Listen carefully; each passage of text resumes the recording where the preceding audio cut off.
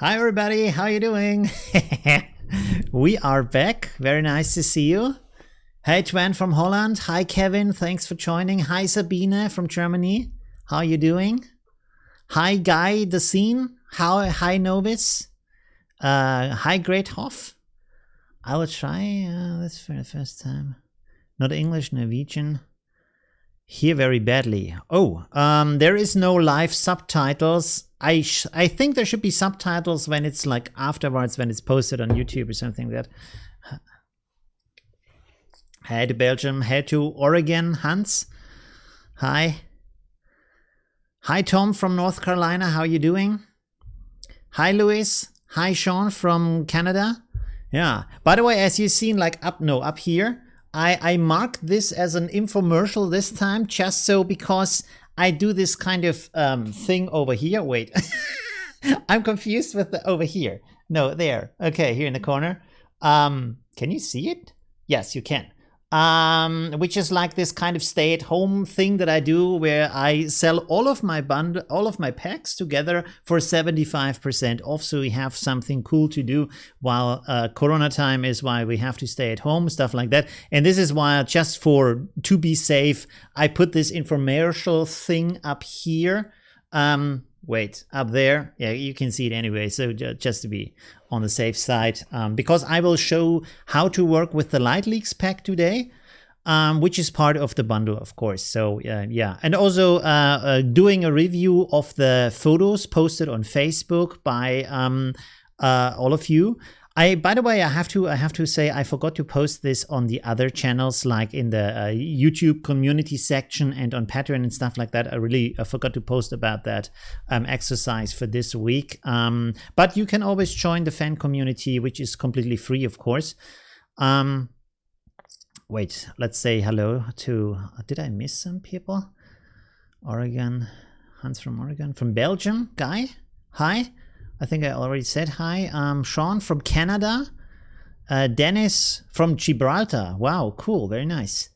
World traveling from Andreas. Is that a location that's called Andreas? Oh, interesting. Okay. Hi, Tenashi from the Philippines. Andreas? Germany. Okay, so your name is Andreas and the location is Germany. I understand. Okay. Hi, Will from Florida. Hi, Jeff. Thanks for joining again. Hi, Hans. By the way, I turned all your mockups into templates. Yes, that's very good. Turn them into templates. That's really good. Yeah, at some point, I really have to rework all of the packs, and I want to make tutorials for all of the packs, like these kind of online courses that I included. And then, of course, you get an update mail about these things included. But it's so many packs right now. It's like 12 of them. So it's really a bit crazy. Yeah, thank you, Jeff. That's very nice. Enough for the toilet paper, really? Not funny anymore? should we do something else? I could go complete toilet paper. Wait a second. I found there's another. This one. Let's see how this works. If it works with my beard, because some filters don't work with my beard at all. This is. Oh. There we go. 100% toilet paper right now. Okay. No, maybe you're right. Maybe that's a bit too much with all of the toilet paper stuff. Do we have something other? Hey, there's another one. This one is a bit smaller. That's even more silly. Okay, I don't know. We can turn it off. There we go. But let's keep it on for a little bit more. Just for the intro part. Hi Gauntlet, how you doing? Hi Posley.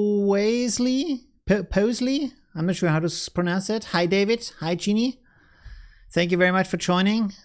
From the West Coast, Gauntlet, hi. Hi, David. From San Antonio in Texas. Really cool. Wow, from all over the world. Really nice. Hi, ISO Stuff. Hi, Flash from Sevilla. Very nice. Chairman Gutierrez from Argentina. Hi. I think this is where my cats came from, by the way. Hand sanitizer. Yeah, is there? I don't know if there's an overlay for hand sanitizer. Maybe there is, like with a lot of bottles on the head. Yeah. Gas mask. Oh, that would be a bit extreme, maybe. A hat, maybe. That could be also cool. We could try some different filters. I don't know. What the hell is this? Oh, I can also cry toilet paper. Oh my god. Are these supposed to be glasses? I don't know. Okay, good. Show me how to make a poster. I made a video on how to make a book cover, and the poster is pretty much similar, basically. Not really, but you know, the steps are basically the same. So yeah. Hi, Richard from Poland. How are you doing? Okay. Try a case of water for a head. Is there some other stuff? Let's see. There's some sunglasses or something. I don't know. We can play around a little bit with this, like a light start as always with the stream. How do you write sunglasses, by the way? I was confused if you have 2S or 1S. Ah, there we go. Boom. The pink glasses that we all need at the moment to see things a bit more happy, a bit more yeah, positive. By the way, I was outside today to buy something from the shop, and I was in a park and I was surprised how many people are outside at the moment, because it's spring and it's warm outside, and it's like not the best thing to do. So of course I was outside myself. Yeah, but I tried to make a video for you guys, which I will post, I think maybe tomorrow or so. I was talking a little bit about social distancing and photography and the history of photography, so that's kind of maybe interesting. Let's see, I will post that in the Facebook group. Let's, by the way, share the link to the Facebook group real quick so people can join if they want to. Like I said, it's completely free, and I do some extra stuff in there that I don't want to put on my channel, so that could be good. And also reviews to pictures. We make these weekly exercises that I review in the live stream, so that's pretty good. Yeah, and I did some also, I have to admit, some last minute photography today for the exercise. I bought a pineapple. This is, by the way, why I went outside today for the exercise, to get some interesting stuff. I didn't get the vegetable I was looking for, but a pineapple is also pretty cool. Yeah, so that's good. Way better the glasses. We can try some different things. There's so many filters on here. This one's also good, maybe. Oh no, I thought these are reflective. Oh, okay. Summertime.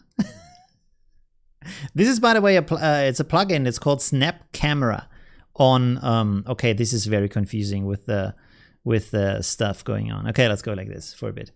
Oh my God, my shirt. I have to iron my shirts. I never do. What was I talking about? I forgot. Oh yeah, with the photos. So I thought this time I will try to edit them live in the stream, because maybe this is a bit more interesting to see that. So like for the exercise, which are supposed to be like photos of vegetables that you have at home, and they should be black and white pictures. So I will edit them in the live stream with the NIK Collection, and then also do some afterwards editing with the Light Leaks bundle pack, which, by the way, this month is the pro version. This month is also for free, also as part of this kind of stay-at-home thing, as to support you, to give you something cool to do. Yeah, so there's a lot of interesting things to have this month. Yeah. Good. Okay. Oh, one person is wanting to join. That's pretty good. Okay, cool. So let's talk about, I don't know. By the way, I need to get better at this kind of stream conversation starting things. I should prepare maybe some topics or something. I don't know. I don't know. How are you doing? Affinity Photo football. I have a tutorial on my stream for a burning football. So maybe that would be interesting. With players, I don't. By the way, I have to look at online if you can find photos of players that I can use. I can't use like the professional players, but I'm probably sure on Unsplash there's a lot of pictures from like amateur football players where I can edit that. That would be interesting. Should do a fine art editing. Yeah, but what is a fine art editing? That's the question. So I think probably, like, I don't know. I'm very much into minimal art and abstract art, so probably not very interesting for most people. And other than that, I'm not sure what exactly that would be. Or do you mean like a style, like a painting, like oil color kind of style? Affinity Photo is not especially good with the oil painting thing, because they don't have the like in the software itself doesn't have like the abilities to do these kind of effects. But I think now you can install plugins for that, so that should be possible with other things. Hi, David from Belize. Thank you very much for joining. Let's do something for social media. I was actually, I was not sure if I should do that. I was thinking about maybe doing a tutorial on how you could do a cool post about like a Corona message, a stay at home or stuff like that on Facebook. How would you design that to make it look interesting? But maybe that's a bit too much on the nose at the situation right now. So I'm not sure. That could be interesting. Yeah. And in the past, I would suggest for social media, Canva is a very good site for that, which is free and it has like different formats or stuff like that. But recently I've looked at Canva again, and they have so much templates right now, and most of the templates are not as good as they have been in the past. So I'm not sure if I would suggest it now. Yeah, I've also done a tutorial for Duotone. By the way, on my channel there's a search function. If you go to my channel, you see this like of loop. There's a little loop icon, and when you click on that, you can search, and this will only search the videos on my channel, so you can find whatever I've done so far. There's a lot of stuff I've done. I think over 190 tutorials so far, so it's pretty big. Yeah. What software do you use to stream? That's a software called OBS, which is completely free, and a lot of streamers use it. It's very good. Has a lot of possibilities to do. It supports also plugins that you can use. By the way, this like with the head and stuff, that's not a plugin. This is an extra software outside that makes this effect on the camera, and then you have to set this program, which is called Snap Camera, up as the camera in OBS. Let me quickly post a link to that. OBS. There you go.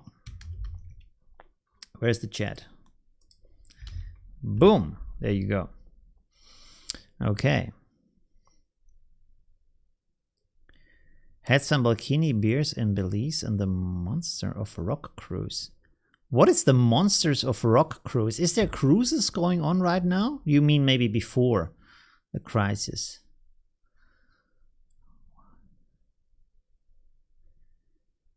Does green key too? Yes, it does green key. You can see behind me, this is not my actual room. This is just a picture that I'm using to have a backdrop that's always the same and always cleaned up and stuff like that. So I'm not using my real room at the moment. I should use some other stuff. I really want to exchange that to something else. I'm not sure if the old NIK collection works with Affinity Photo because it's the old NIK collection, so I'm not sure if it's still updated or stuff like that, so there might be a problem, but the new version does work, at least for me. So I've read that some people have a bit of a problem getting even the new version of NIK collection going, but the good thing is the NIK collection, if you buy it, it comes with a photo lab, and there you can like edit your pictures in there, and from there start your NIK collection and stuff like that. So you can like edit pictures in Affinity Photo, then go into Photo Lab or into NIK collection and edit it there, and then bring it back. Of course, it's a bit of a hassle, but it technically you can use it like that if it doesn't work, but it should work. Yeah. HDR. I would have to take some pictures for HDR. This is one of the things like I couldn't do because you would need to have to find pictures online that are that use bracketing, which means that you have like several exposures with a distance of exposure time, and then you can like apply the HDR effect to them. So, or I would have to take these pictures. So I will do that in the future on pictures. Yeah. Although, I mean, HDR it's a bit hard to use. Often it kind of looks a bit wrong. So yeah. Which NIK collections do you prefer for landscape photography? But there is just one NIK collection. Or do you mean which kind of effects inside of the NIK collection? There's like, I think that what is it called? Wait, let's go into Affinity Photo real quick so I can tell you. What is that called? The Color Effects Pro have a lot of filters that are very good for landscape, and also the Viveza 2 is good inside of the NIK Collection, because there you can adjust like in several in like specific parts of the picture, you can adjust the brightness, the colors, the contrast, all these kind of things to really get out different elements of the landscape. And because it reacts to the background, that's pretty positive. Because you can really, for example, just edit the shadow of a mountain and not the rest of the mountain, which is very nice, that it understands this kind of background and what it is, and then really adjusts just this part of the photo. So that's a very nice kind of thing to have inside of that software. You can do really cool things with that. I want to do more tutorials about that, by the way. Okay.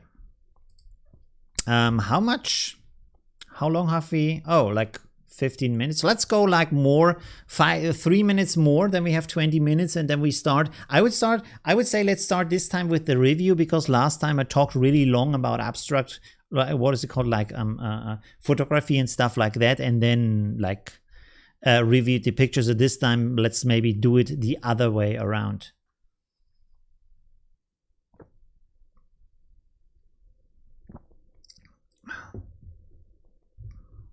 HDR and RAW. Yes, the modern cameras and the smartphones, they have HDR built in, which is pretty cool.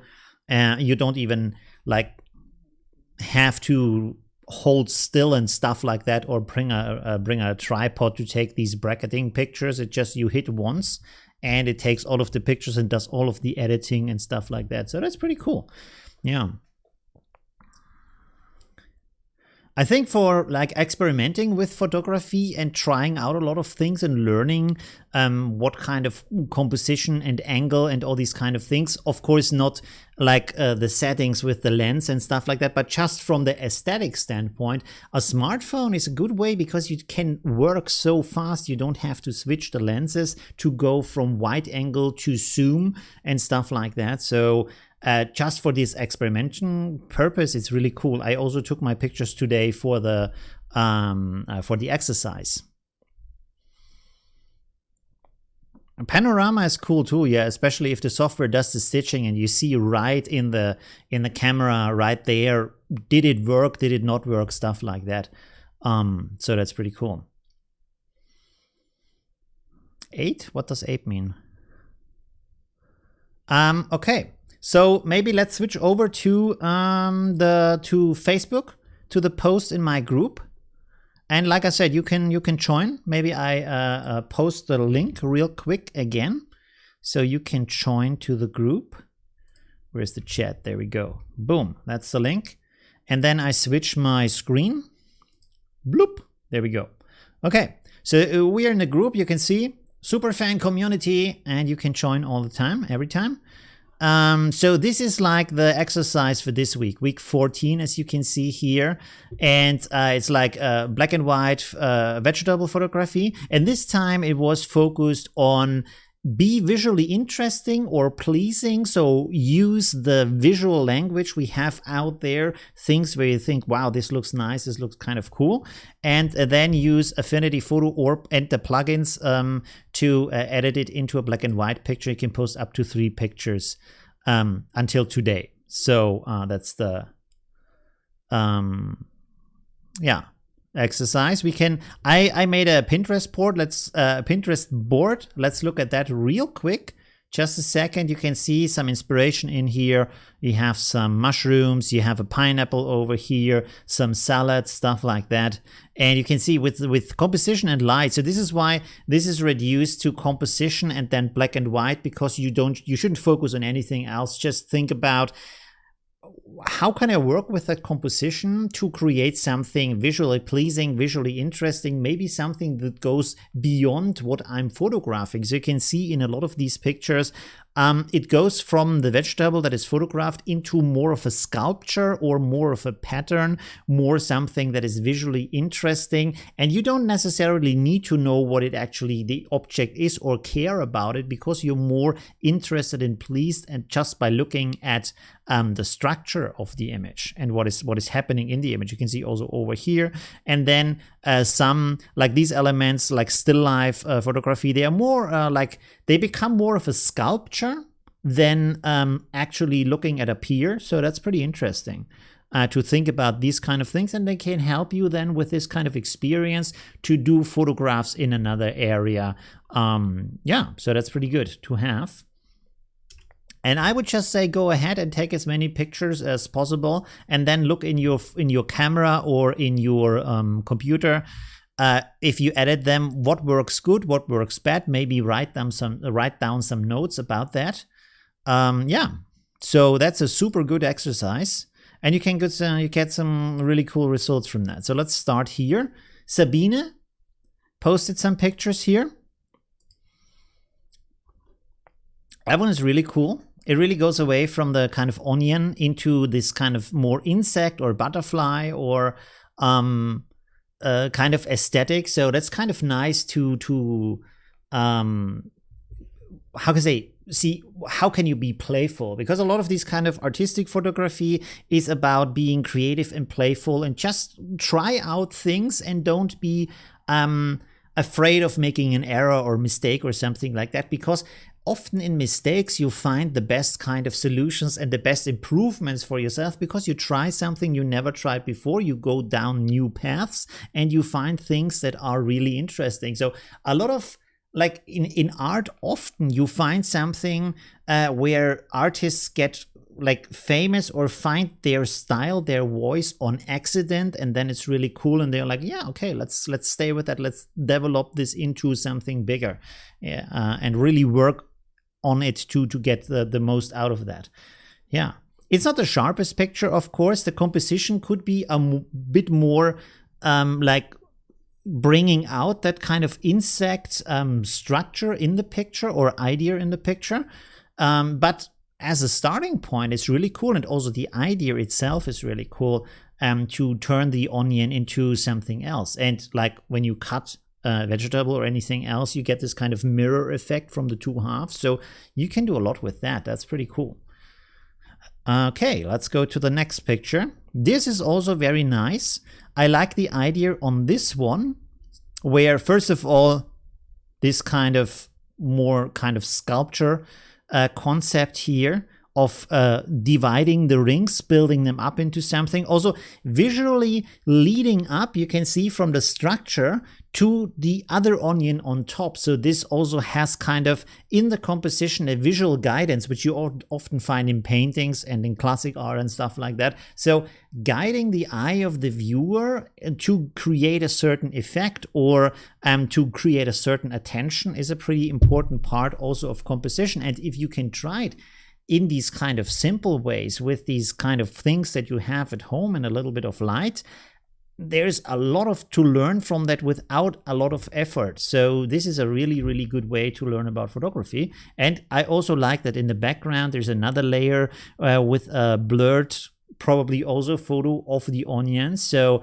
it's kind of, it takes it in this kind of meta layer, you know what I mean? So this kind of like, it's floating inside of a, I don't know, onion landscape or such. You understand what I mean? So you take it away from its normal surroundings. It's not just sitting on a table. There's no kitchen in the background. There's this kind of blurred layer in the background, which makes you focus even more and takes it away from being a normal object into something that is more attention worthy. And basically, it's a little bit like a pedestal. And as you know, everything you put on a pedestal suddenly seems to be more important for some reason, and we look more at the detail, we analyze it a bit more, we pay more attention to it. So that's a very good effect to have. Okay, let's go on with the next one. Another one from Sabine. So that's more about the structure. In this one, I think the editing could have brought out more of the how can I say, cellular structure of the onion, or these kind of, what is this actually called? Is these are the cells that we see here? I think the cells are a lot smaller, but you think like the texture of the flesh, you know, but the idea is nice. You have these kind of layers that are repeating. You have a lot of interesting motion in there. So that's a pretty good starting point. It's also a pretty interesting picture. You can play around more with the composition, with the things that are happening there visually, because in this case, you turn the slice of the onion more into a visual pattern to find something in there that is kind of like, how can I say, like a rhythm inside of the visuals that are going on. Like when we go back to these kind of pictures, you can see here, for example, with this picture, there is a rhythm in there and there is a beauty in there in this kind of repetition that is at the same time like not completely repeating, but there's these irregularities, and you think about a lot of different things that this could be. It looks like flowing water. It could be sound waves. Maybe it's smoke that's going off into the distance, stuff like that. So there's a lot of different associations you can have with that. And it's always a good starting point to go into different associations with an artistic work to inspire people to see more than what is there. Okay, let's go back to the picture. Where was it? There it is. Okay, cool. So the starting point is great. I think in this one, the editing could have brought out a bit more, but still, it's a pretty cool effort. Okay. Here's some work from Sean. This is, I would say, pretty sexual. I hope this video gets not demonetized because of this picture, but I don't think so, because it's just a fruit. So that's pretty cool. And it's a very fun way to play with this, also to play with the perspective and this kind of, I'm pretty sure this is stretched additionally in photo software. This is why it's getting super pixelated up here, as you can see, compared to down here. But it's pretty cool. And it's like it overdoes the association of what it's implying, the innuendo in the picture. And then the interesting thing is down here, if you look at the peeled skin of the banana, this also is an innuendo that points out the other parts of that organ, basically. So that's a very cool, interesting visual composition that has a lot of elements there, and you immediately understand what's going on in this picture, which is also part of that kind of exercise that you work with the visual language that we have and that we understand, and that is easy to decode, basically, because what is going on in our mind, if you think about it, let's maybe go to another picture. What is going on in our mind when we look at our surroundings is a decoding that we do all the time. We have to learn the process over time on how to understand things, how to see things, of course, how to hear things, all these kind of things. And not just separate it with our eyes into what is that there are different elements out there, but to understand what they mean to us, what kind of meaning they have, what you can do with that, stuff like that. And for example, a lot of things, they can look exactly the same, but depending on where they are placed, they mean completely different things. You find it a lot in politics or in religion or stuff like that. They use certain objects for a certain purpose, and in this surrounding, in this purpose, they have a very specific meaning. And if you are from that culture and you're from that background, you understand that meaning, but outside of that culture, you do not understand that meaning. And of course, there's like these kind of general how to say, visual languages that we are using. Of course, like pop culture is using it a lot, like advertisement or like movies or like music, stuff like that. And here you can also see, like, of course, you understand this is a heart shape, and then you have this kind of maybe also innuendo a little bit, like with the strawberry, which is playful in that kind of way. So that's also very cool. And also a very kind of interesting, cool edit here. I, by the way, wanted to do a tutorial about this kind of thing, because I would think that this is done with Liquify, where the strawberry is pushed into a heart shape and gives this kind of cool effect. And then either this is stuck on a toothpick or something, so it's staying in the air, or the background has been removed and the shadow has been painted in afterwards. Could be both, because the shadow looks a little bit digital, but it could also be a real shadow. I'm not sure about that. So yeah, pretty cool. Very nice work. Also, by the way, one thing to also that I find interesting on this work is the deeply saturated black that you have here, that, like, again, with the innuendo, if you think about it, maybe it's only me because everybody can see something different in the work. But this looks a little bit like latex, you know what I mean? So, or rubber kind of thing. So yeah, to bring that out and not make it too soft, like you would think about a strawberry, but rather give it this kind of plastic, not hard, but you know what I mean, industrial look. This is what I mean, like machined look kind of thing. So that's very different from the usual, how you would usually think about a strawberry. What else do we do here? Oh, there's one from Taneshi. Oh, you're in the live stream right now. Hi. Okay, there we again have this kind of yeah, very saturated black in the tomato, which is nice here also with the little bit of color left. And what is it called? A zipper? Is this is called a zipper, I think. Yeah. What is the thing here? I think it's an orange, and then at the background we have kind of salad sticking out, looking a little bit like feathers. So that's also a pretty cool work. Very nice. Very nice composition and very nice editing also in the software. I like that a lot. Yeah, I think in this case, from the perspective and from the playfulness of the different objects, it could be a bit more like, I mean, this is pretty good, but it could be a bit more like, how can I say? You know, if you think about, for example, pin-up photography, stuff like that, they have a certain kind of look and a certain kind of style and posing in there. Of course, you would have to figure out how you do that with just a tomato and some salad leaves, but to go more, put more into that kind of pin-up kind of look, you know what I mean? So that could be interesting. Not sure how to do that though. Yeah. All right, what do we do here from Martin? What do we have here? Sorry. And this is another one which uses a bit of color here in the middle. Yeah, this one is like, it's a nice attempt. I think I know what you try to do. Like you have this little delicate plant coming out of the ground, and you have some harsh things around that. But if you look at the elements in the picture, they are very evenly weighted from the background to the foreground to the side elements, and then you have the plant in the middle.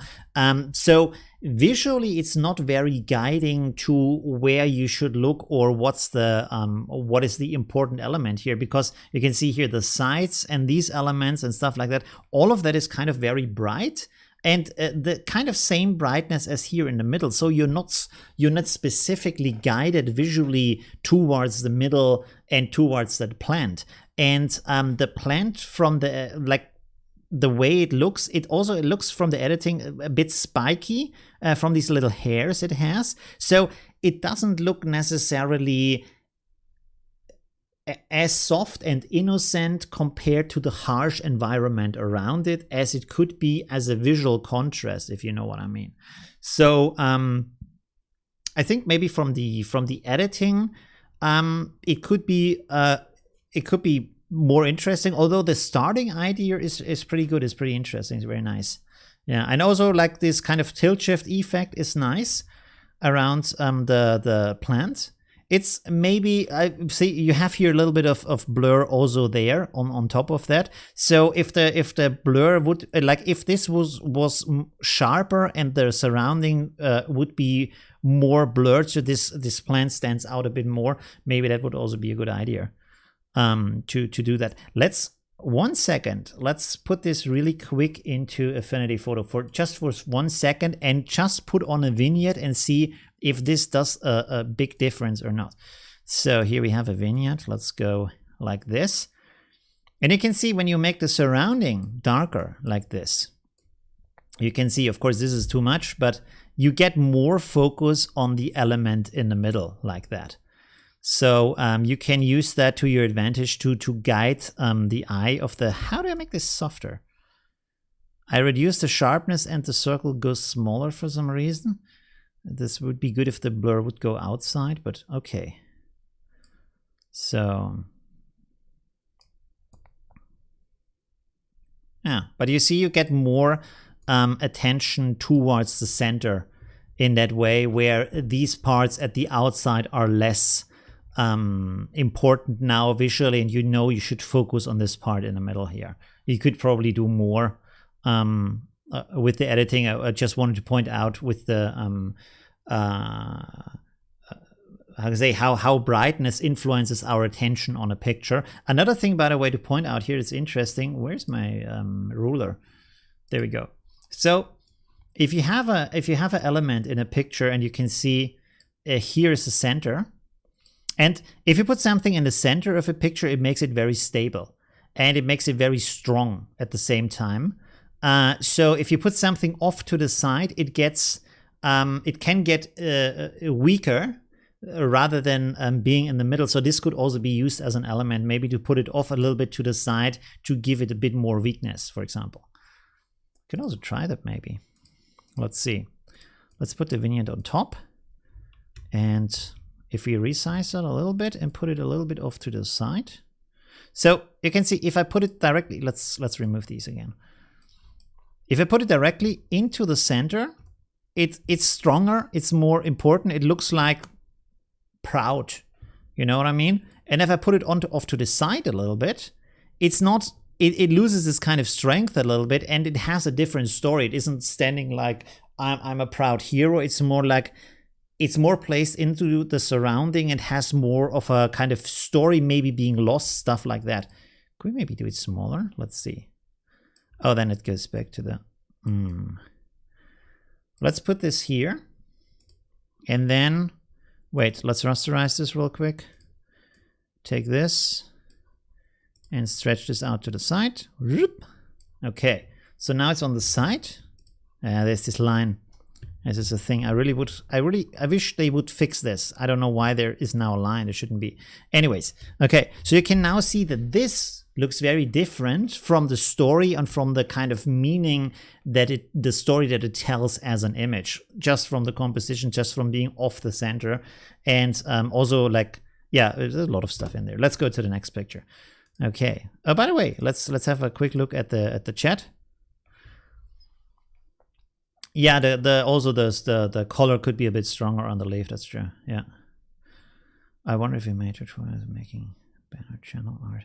I made not channel art. I made a tutorial on how to do a YouTube thumbnail, although I probably should update that. But it's a good starting point still. You're welcome, Tanashi. Thank you very much. Okay, let's go to the next picture, which is also from Martin. And there's another one from Martin. Okay, cool. Good. That's pretty nice. I think this actually could have done without the color and just play with the black and white and go a little bit harsher on the contrast to bring out the structure of the image. But still, it's kind of a very interesting composition. And I have no idea. I don't know what that is. It looks pretty interesting as a plant on its own. So that's pretty interesting here. Yeah, yeah. But really think about the brightness and the composition of the picture and the weighting, basically. Weighting in the sense of weight on how important something is in the image, on how you want to bring it out or hide it a little bit or stuff like that. You can do a lot with that. We could also maybe copy this over real quick. Should I do that, or is it not good? I don't know. Let's go here from clipboard. Let's quickly go into like the NIK collection, which I can't do because this is not a pixel layer. Rasterize. Let's go here and there and there, and Silver Effects Pro, giving us some kind of presets for black and white. There we go. So let's see if we have, this is too extreme. Is there something where we can simply like, I mean, that's too much. I was just looking if there's something where we kind of get just the structure in the picture with some clicks. Not really. I mean, this looks interesting in the preview, although it goes very bright here. Control point. Reduce the, whoa, okay. Why is this? affecting all of the selective adjustments. Why is this why is this affecting all of the picture right now? Oh. Okay, contrast.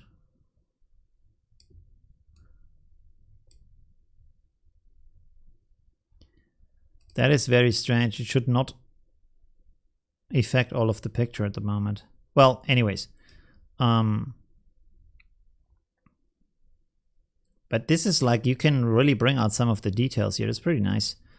I'm not going to do it right now because it would be too long, but you can see if you point this on different parts, it kind of pronounces different parts of the plant. So you can play around with that and make the surrounding darker and stuff like that.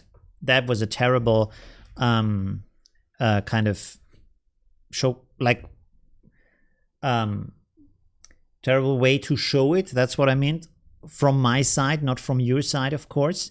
Let's close this real quick. So yeah, no, I didn't like, yeah. We will look at that when I edit my own pictures. There we have a bit more time because here I just want to do a little bit of a review. Here, I think also on this one is the thing with the composition. Like, it's from the way it's an interesting picture, but you don't really know where to look, and then you find this in here, but you really have to look for it to see it. Of course, it's highlighted because of the color, but that's maybe not enough. So that's maybe if this was bright red, which is this kind of effect that is used in Schindler's List as the movie, you know, the girl with the red jacket, and is kind of creating a story inside of a story where you want to follow her destiny, basically. So you really feel a lot more towards that person, and because this person is singled out, you can identify then with the rest of the people in that kind of situation. And because you could identify with a single person and connect to that individual, which is important because we can't really think in big numbers. If we hear numbers like 10,000 or 1 million, it starts to lose its like meaning to us. But if we can emotionally feel with one person and then multiply that to the other persons out there and say, yeah, well, they had the same kind of bad, they have been through the same drama, through the same crisis, then you can translate it to the other people. So that's why this was done in the movie. And maybe here, if you like, of course, this is a completely different situation, but visually, if you maybe highlight this, make it a strong red, then of course you're completely zoomed onto this kind of thing. But then again, you would like to understand, so why is this pepper highlighted compared to the other peppers? What's the story in this picture? You know, because a picture on like if you take a picture as a, like, this is a stupid thing to say, but if you take a picture to tell a story, you need to have a story in the picture. And these kind of, like, if you take a picture like these, they are much more about telling a story or telling you something or showing you something with the picture and the composition. So if you look at the picture, there needs to be something where you say, oh yeah, that's it. I get it. Because you want to have this aha effect. If you look at something, especially if you create it for online, if you create it to be visually impressive, you want to have this kind of thing. Oh, wow, this is okay. I didn't think it could be like that, but now I see it and I'm wowed by that. So it's kind of an effect of that. Okay, let's go back to boop. So like I said, play around more with composition, and you can like just take 100 pictures and see what works, what doesn't work, and also with the editing, stuff like that. Don't be worried about anything because it doesn't cost you anything. Just take as many pictures as you want and edit them in the wildest ways. Also look at other pictures online to see what they did. This is also a good starting point always, and it gives you a really good it's a good exercise to have this experience, to build up that experience over time. All right. Oh, there's another picture from Sean, although we said only 3. Let's go have a look here. Again, very nice, very much edited into this kind of bent shape here. I think these are grapes. And I don't know what kind of leaf in the background. And yeah, it's also pretty cool. This is more like turning them into a sculpture visually, by very extreme editing in this case.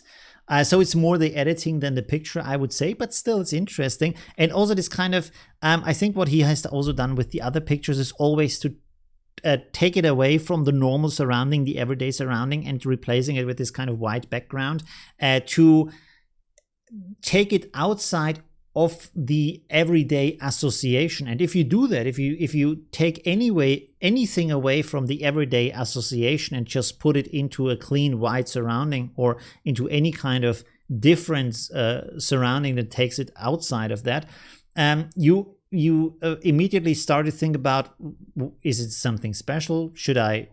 How should I think about that? Is there something notable about that? So this kind of what we talked about before with the pedestal. So that's a very interesting situation. And by the way, this is also what happens in museums. Like it's often presented as a joke. Like people go to an exhibition and then they see like oh god, what is it called? 1 second. Whoops. Feuerlöscher.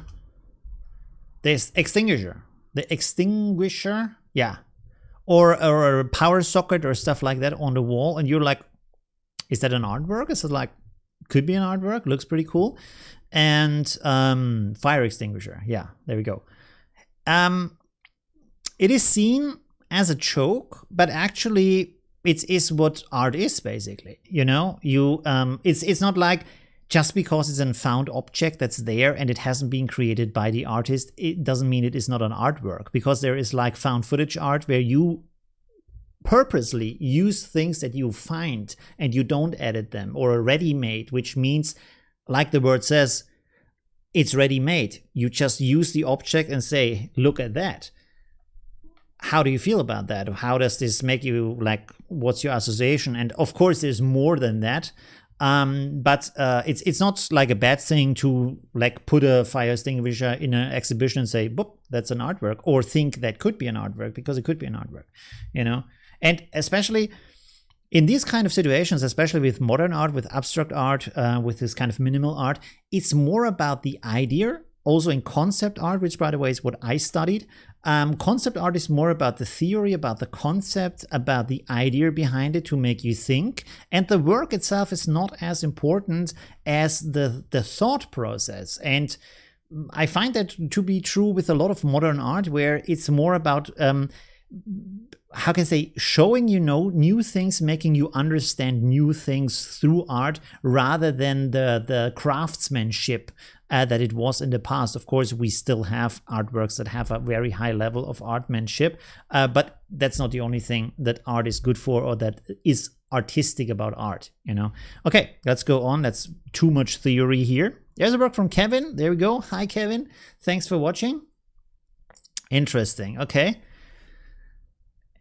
This, by the way, I like this because I don't know the size of these things. I think these are the small ones, which I don't know the English name, which a lot of people don't like to eat. Especially as a child, you don't like them. But they could also be these kind of big salad heads, although probably not, because the stem here is so small. So I think this plays a lot with the structure and also the composition of putting them into lines and the shadow that's coming from the side. So that's pretty interesting to create this kind of contrast. So there's a lot of interesting starting points in there. And in itself, I think it's an interesting work. Also with this kind of scratched background, which is a nice contrast to the organic parts in the front. So you have this kind of contrast between the organic and the industrial. If this is a metal background, maybe it's a wood background, I don't know. But you know what I mean. So like human marks versus nature elements, which is also a big part of art to compare. You probably have heard this kind of technology against nature, or not against nature, but versus nature, or nature and nurture, which is also a big concept in art. Nurture meaning that you have been educated and into no. What is what's the English version for if you bring up a child?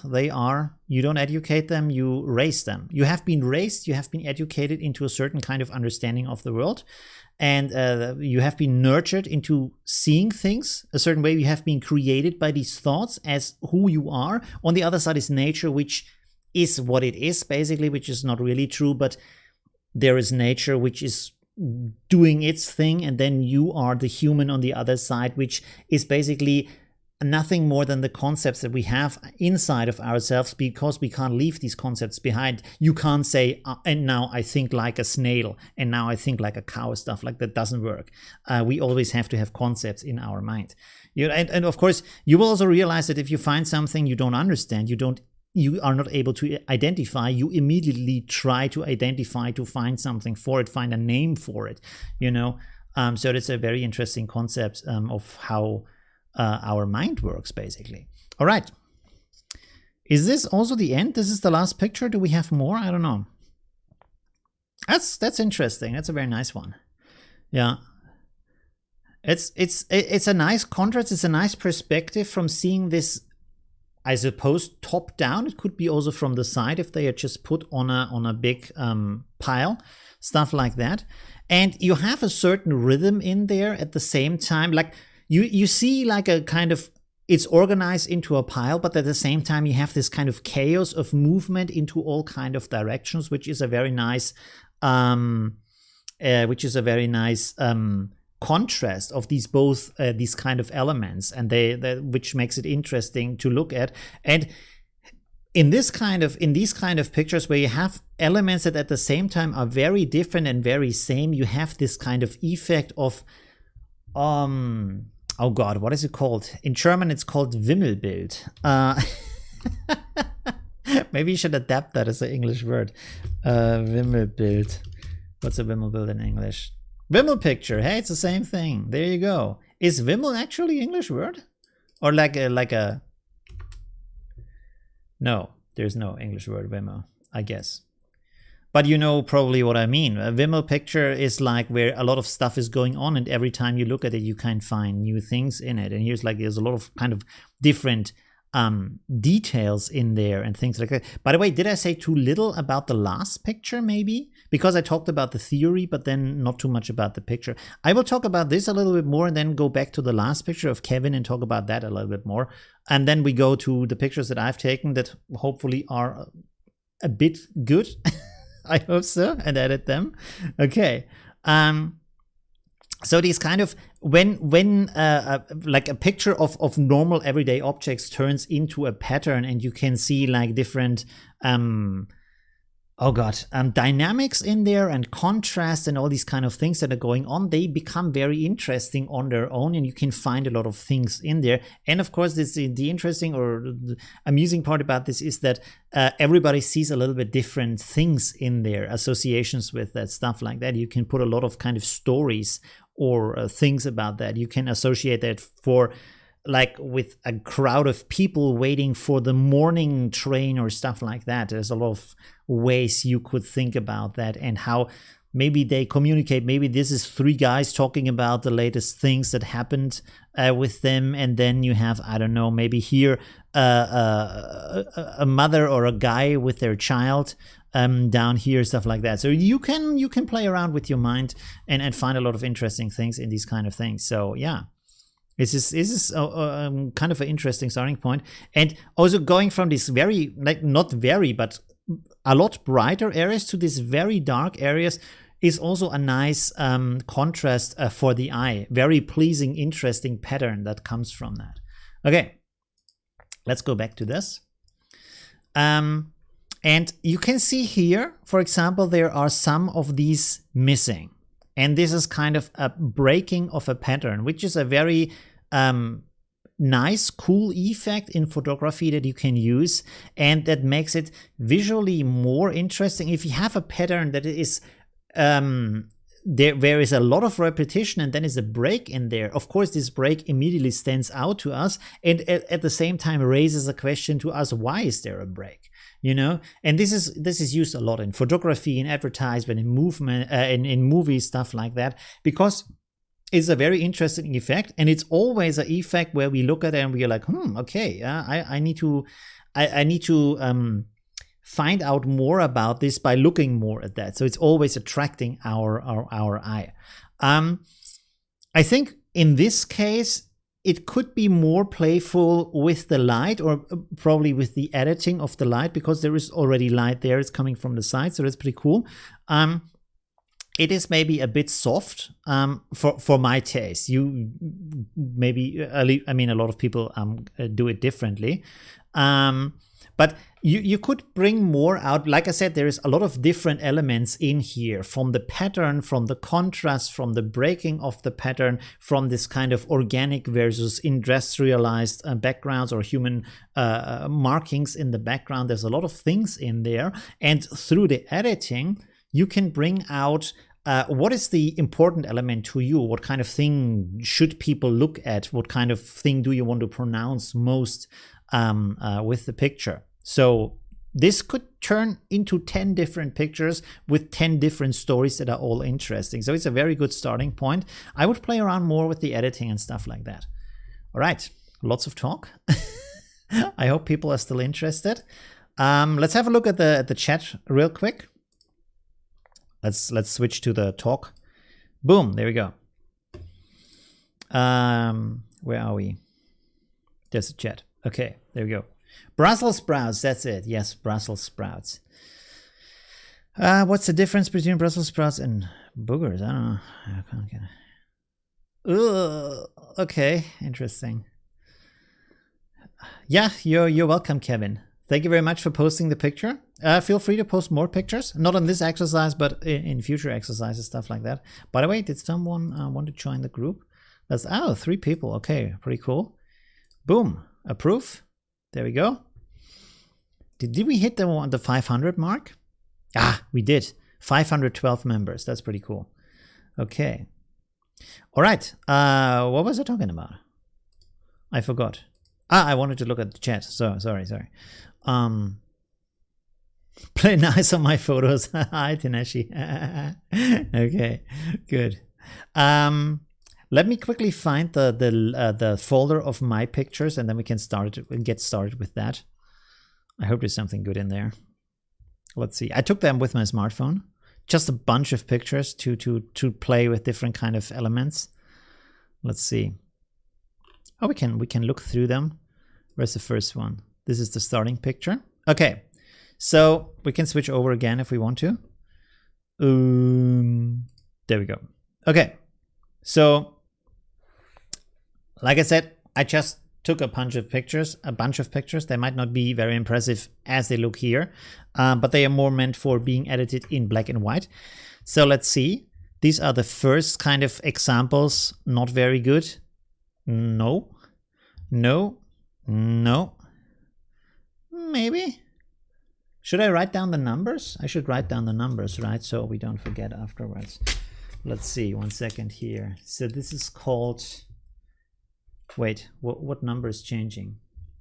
Oh, okay, so I can write down 516. So this is like an old potato playing around with the skin a little bit to see if this brings out something interesting in the editing. This is horrible. There's a contrast between the fabric and the pineapple. Okay, let's look at all through. This is interesting. This is a better composition. You can see the difference between this composition and then this composition. And it's a slight difference, but it still makes a difference. So let's write that down. 922. By the way, you can also post in the chat. Maybe that's a good idea. Post in the chat the numbers you like the last 3 numbers here, I think are the important ones. And then we can have a look at that in the software, edit, play around with that a little bit. There we go. So I noted that down, but I will make a second paper for your suggestions in the chat. Let's write chat here. There we go, boom. And I will put the chat window over here so I can actually see it on the side in live. There we go. Okay, so what else do we have? And this, by the way, was still daylight, and then I waited until night, so I get a stronger contrast on the light, because I used one of these lights that I use here to film my videos. That could be interesting. No. Should I leave it a little bit longer so you can see the numbers? That's probably a good idea. Hey, Rodrigo. Thanks for joining. Is that interesting? Nah. It's sometimes they look really interesting in black and white when you edit them, and then if you look at that in color, it's like, what is that? But that could be interesting. Let's write that down. So 127. 127. Okay, cool. Good. Let's go on. Yeah, maybe. That's good. That's a nice composition. Nice repetition of these leaves here. Where's my... Wait. Do you see me? Yes, you see me. And but I can't point over there. Okay. Oh my God, my background looks horrible. Has this been all the time? Oh no. Wait a second. Let me... let's close this. So... Yeah, now looks a bit better. Wow. I changed, I took my light into the other room, and then I didn't set it up right. So this is why I get all these kind of ugly shadows here in the background. Okay. So now it's a bit smaller. Or maybe let's not care about that too much. Who cares about that? Oh, now we are full screen. Oh no, now we can't see the numbers anymore. So that's not good. So there we go. Let's forget about the, it looks too bad. I can't do it. Okay. Let's go like that. And also close this. 1 second. So here we go. All right. That's better. Good. Have a look at the chat. 200. 200. Oh, this is 200. Yes. I want to write that down. 200 is pretty good. Nice composition.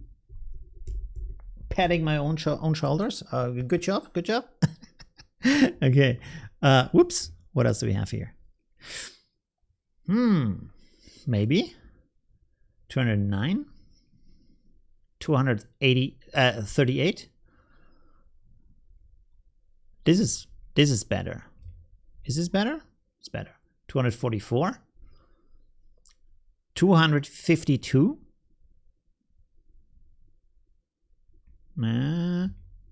I like this more.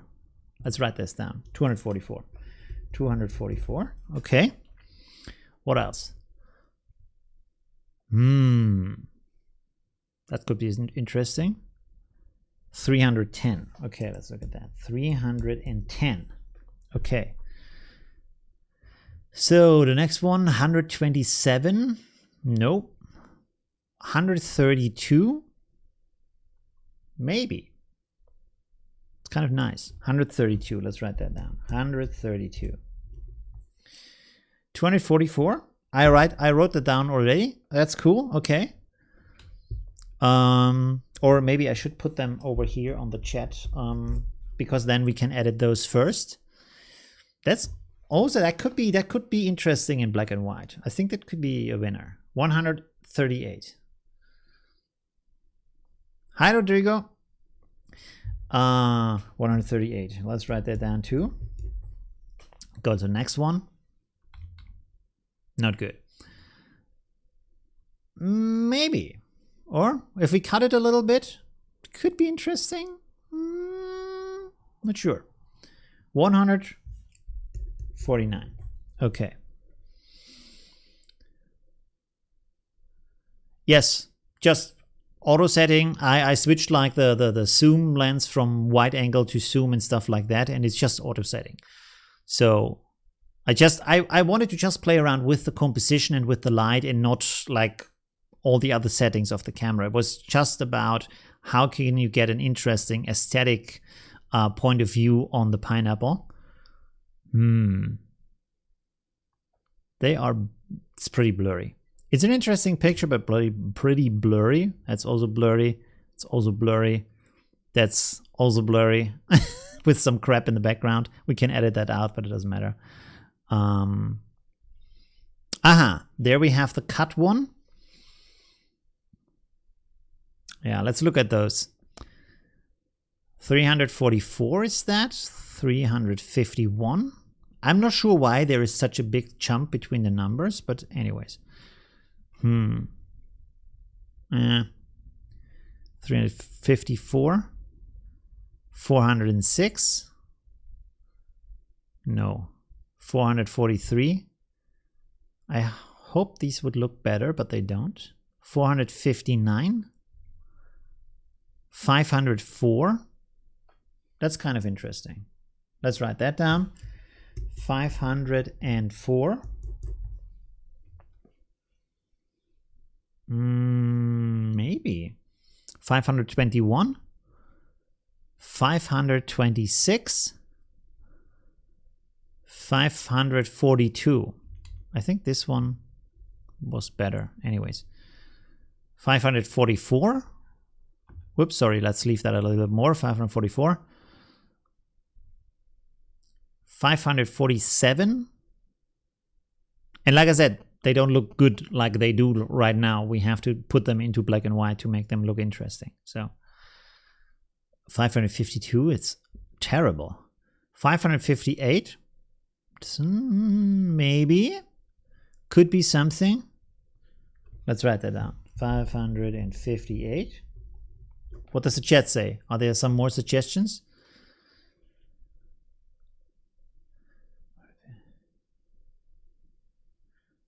Use the Photoshop. Yeah, it's a bit different in Photoshop, that's true. Take the worst of the worst. Well, if you see something that's really bad, you can also point that out as a number. Maybe write bad behind of the number so we can have a look at that. So here we have 603. That's also interesting. 608. 611.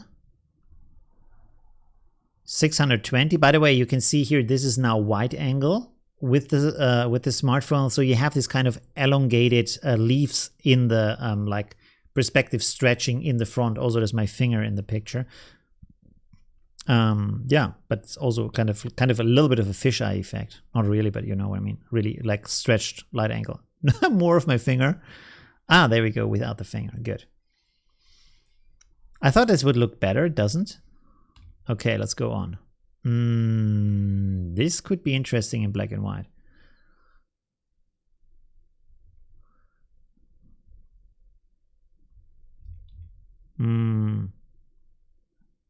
So wait, I forgot to read the numbers, but should I read out the numbers? Yes, 655, 701, 705,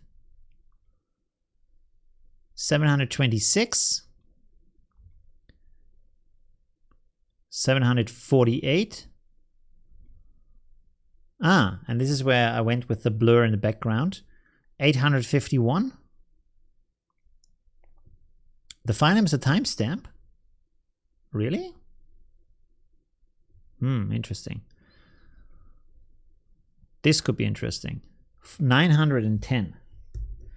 910. So it took, as you can see, a lot of pictures, just shooting like crazy. This could be also interesting. 923. Oh, and now we have the potato pictures. I started out just with the potatoes and then with my hand. And I try to like get my hand wrinkly and make it like in comparison to the old potato. So I thought that would be an interesting comparison. And maybe like make the hand in the potato into kind of more like a sculpture feeling for the picture. I should read out the numbers, sorry. So this is 232. Are they now repeating? No, I think it's still like unique numbers. 251. Maybe could be interesting. 313. 701. Okay, let's write down 701 from the chat. There we go. What else do we have? What was 701? Ah, this one. Okay. Good. Let's go on. 357. This could also be interesting. 405.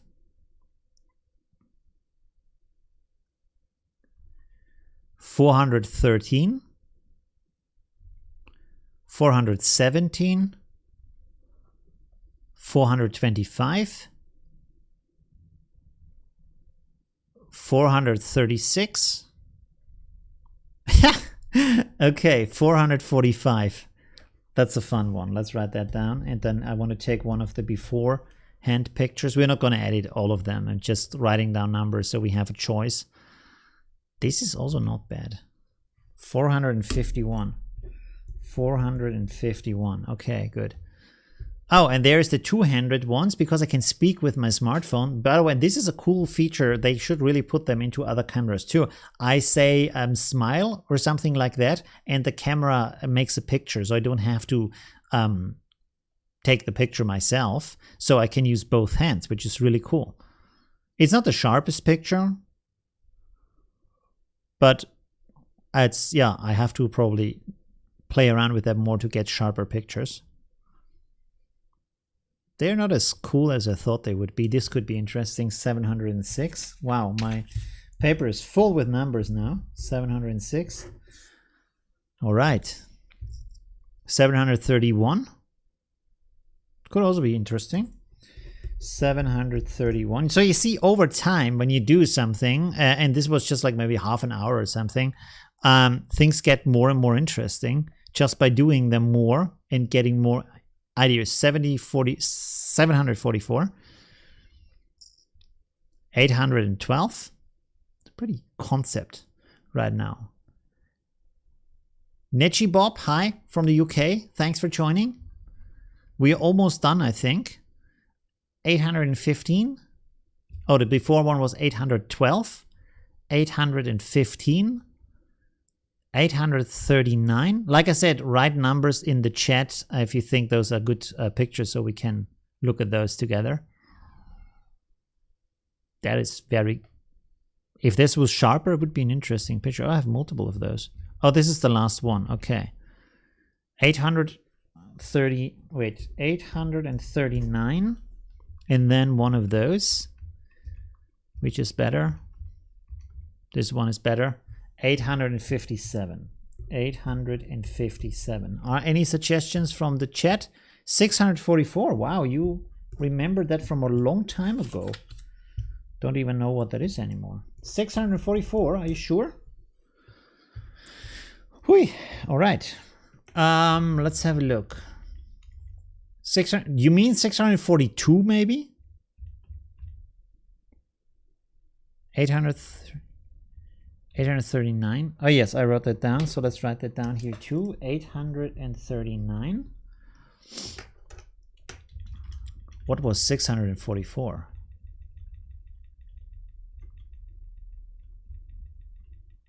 No, I think you mean 642, right? Because I don't see any 644 in here. Okay, perfect. Good. So let's write this 642. Did I write it down too? No, I didn't. Okay, good. All right. So we can look at these. Let's start from the back maybe. I think the longer I took the pictures, the better they got. So let's start with this one maybe, which is 839. So let's open this up in Affinity Photo. Where's my pictures? There's pictures. What was it? 839, right? 839, there we go. All right, so here we have the picture. We can hide the ruler maybe right now, so the picture gets a little bit bigger. Bloop, there we go. Although we edited in things in thing anyway in NIK Collection. So let's go in here and try out the Silver Effects Pro first. The NIK Collection.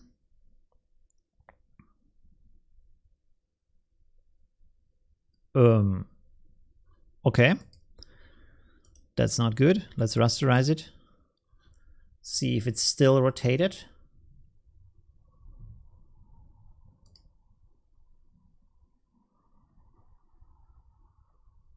Okay, good. So that fixed it. Let's see if we can get some interesting structure. Let's try the presets here. That's a bit extreme. But like this part is interesting. That's too much. That's a good start. By the way, I cannot figure out. Oh, it's getting bigger. Okay, sorry. I was about to say I cannot figure out how to make this the size of the picture, but it does on its own.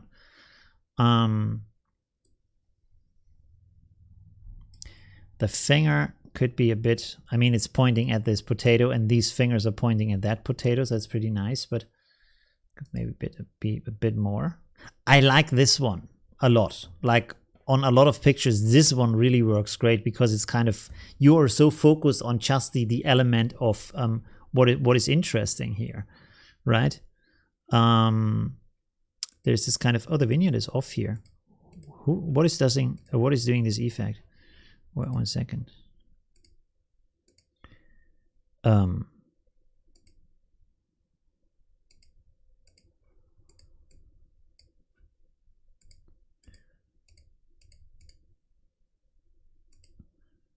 Is this? It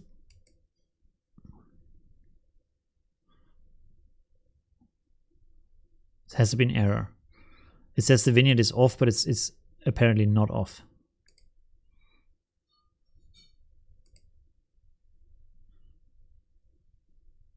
Huh? How? Okay, I'm confused. How is it doing this? If the... And then... Oh no, now it didn't snap back. So something here is wrong. That's strange. If I turn it off? Wide frame. Okay, let's go like that. Circle. Size. Ah, okay, this is what it's doing. How can I... Ah, there's place the center. Whoops. Okay. I was kind of expecting I can move the center around like in other effects. But you can see like this is... It changes the focus on where you're looking and what is kind of standing out to you. This part down here is really annoying.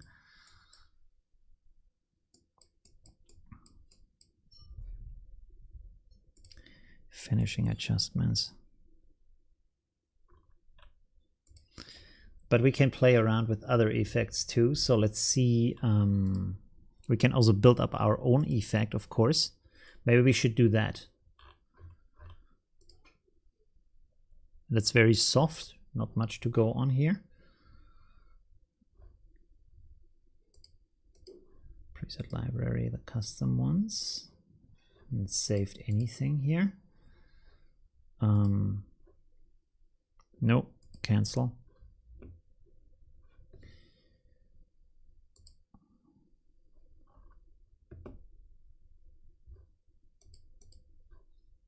I'm always confused. Sorry, right now I'm a bit confused. This is the history. Because here you have the presets, but right now I'm... Because in the analog effects is a bit easier where you have the presets and then you also have the individual effects. And here I always puzzled where are the effects. Am I stupid right now? The hell is going on? Or there isn't any. I think there isn't any. It's just, this is it. And then you can adjust it from there. So maybe let's switch out of this and go over to plugins, NIK Collection, analog effects, because there we have individual filters. Yeah, sorry, I was a bit confused. No, Belusi. My cat is down there making noises. Sorry, 1 second, we're almost there. Let's resize this and hope, yeah, it does resize. Okay, that's good. So here we have our classic cameras and here we have our tools on the side, and we can go wet plate, for example, which gives us black and white effects as starting points. This takes a bit longer to load because this is out of a collection of different tools that are always combined in a different way. Oh my, there's a lot of stuff going on here. Okay. Let's look at this one real quick.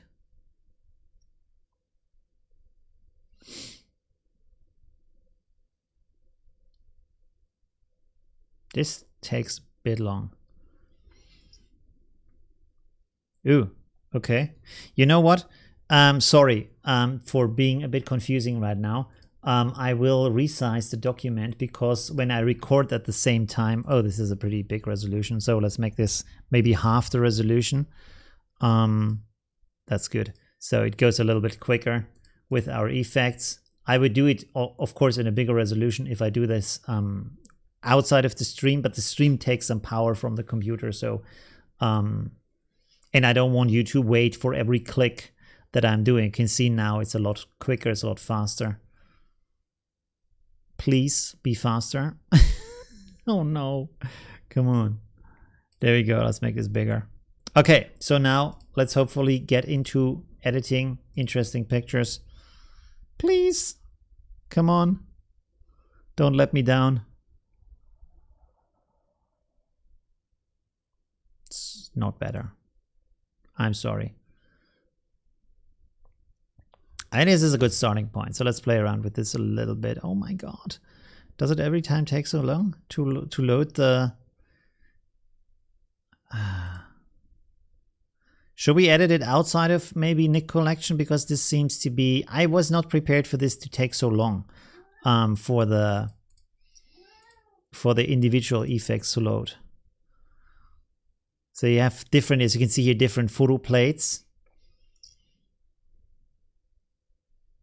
But this is not really like highlighting the way I wanted it to be. Like the other one on the Silver Versa was more interesting.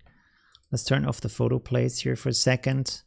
Turn off dirt and scratches, we don't need that. Bouquet, that could be pretty nice. Let's play around with that. So let's build it up on our own. Probably better. So you can see here I can set the focus wherever I want and blur the rest. Could bring this in a little bit more. Like that. So the attention is centered more on this part, although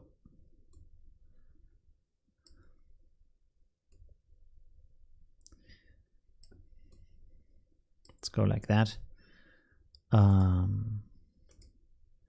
There's a vignette. Let's reduce the parts around that a little bit. Circle size of the vignette. We can bring this in from the side.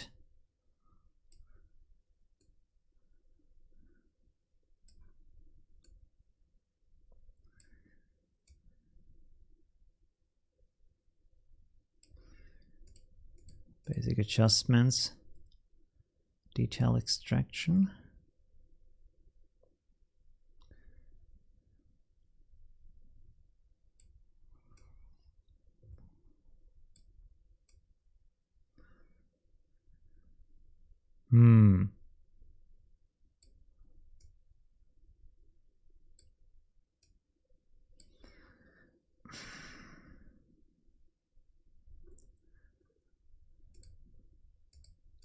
Is it better with the bouquet on or off?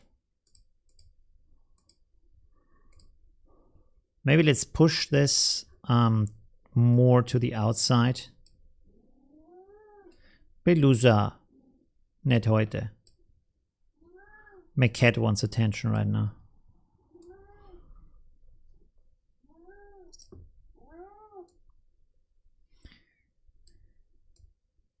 Okay.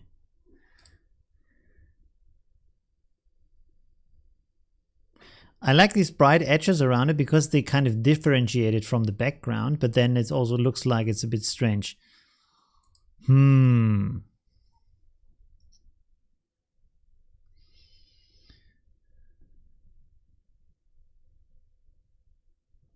It's not taking way too long though? Really? Yeah, I like the light under the hand too. It's kind of like a painterly effect where you have this kind of you put a light on an edge to separate it from the background. Let's click OK here for the moment.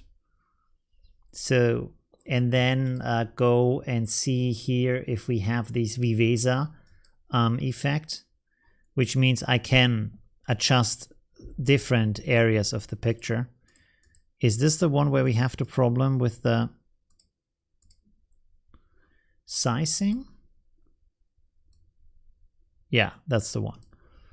So here, you see, this is too big and this is too small. And I don't know why this doesn't auto adjust like with the other windows. It's a bit strange that in the NIK collection, the different plugins work completely different to the like other plugins. It's a bit strange.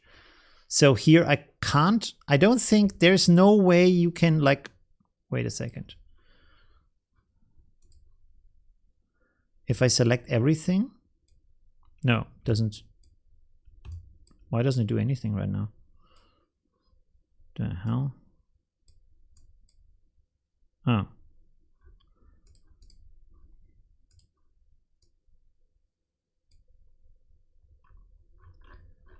No. Okay, never mind. Let's leave it like that and see if we add some control points here. By the way, if you hit, what is it? If you hit Control and drag the point around, it gives you a preview of what kind of elements are affected by this kind of setting. So you know, if you put this up here and you change the circle, stuff like that, you can see that these areas will be affected, not the darker areas. So this gives you a good kind of an idea. And you can see this is kind of content aware. Like if it put it here on the shadow of the potato, it will mostly only edit the shadow of the potato. So I can, for example, say here, I want this shadow to be darker, or I want it to be brighter, stuff like that. So I have very good control over that. So let's put a point over here.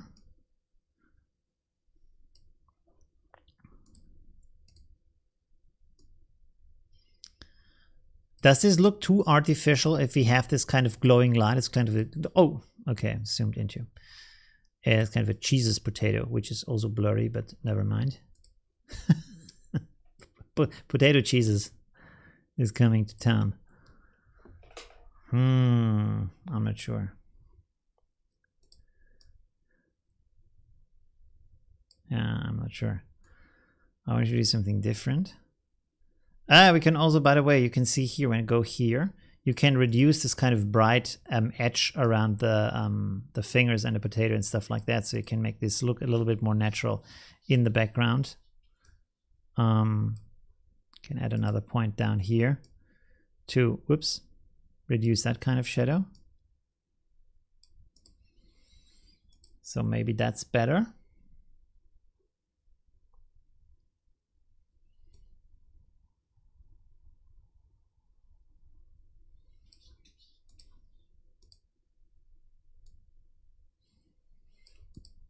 I will let my cat out 1 second. I'm back in 1 second.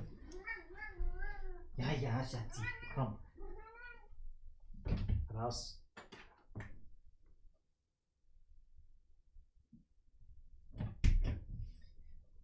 Okay, I'm back. Pretty sure he wants back in a second. We can also crop the picture.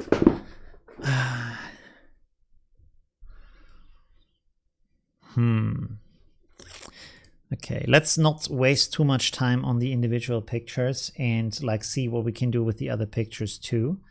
Let's see what we can do here when we crop this a little bit down.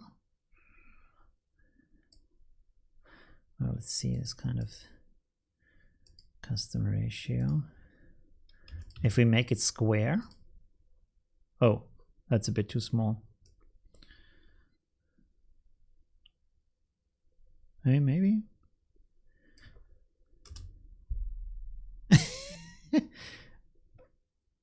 It looks very strange. It looks very interesting at the same time. So the finger looks completely like, what is going on here? So let's undo this. So we can export several versions of this. Let's make here JPEG blah blah blah setting. Okay, that's all good. not here. Let's go in here and make a new folder. BV exports. Okay, and then we can look at the finished versions afterwards. So this is 01. Let's call this 01. And then, how does this look? No, too much going on.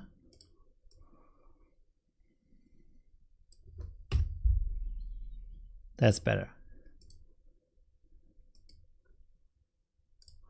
02. You see, like if you have this version, and that's kind of interesting maybe as an example. If you have this version here, there's kind of, where am I looking at? What is going on? There's kind of no visual guidance, kind of strange looking picture.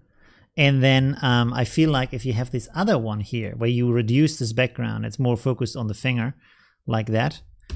There is more of a guidance, like you kind of, everything is like pointing towards this kind of area here, and at the same time it looks very strange, and it's more there for me, in my from my point of view. I feel like there is more guidance in there and more kind of an interesting kind of strange thing, a sort of ugliness, but at the same time in an interesting way. So this looks kind of strange, but I don't know, it has a certain rhythm, so that could also be interesting. Let's look at another cut we could do maybe. What is happening down here? Let's make an example, and let's look here, for example. No, that's not good. There's nothing there.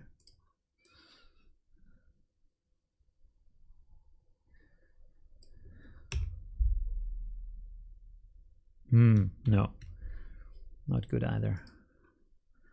Could stretch this. Whoop. Unconstrained. Let's stretch this down a little bit like that.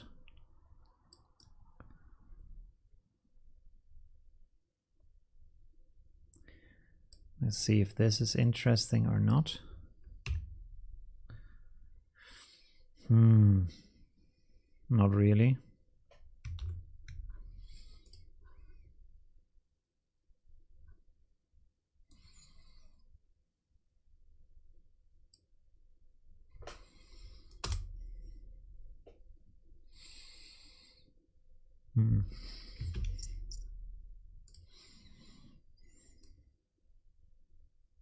Put this bit off center here, the other potato.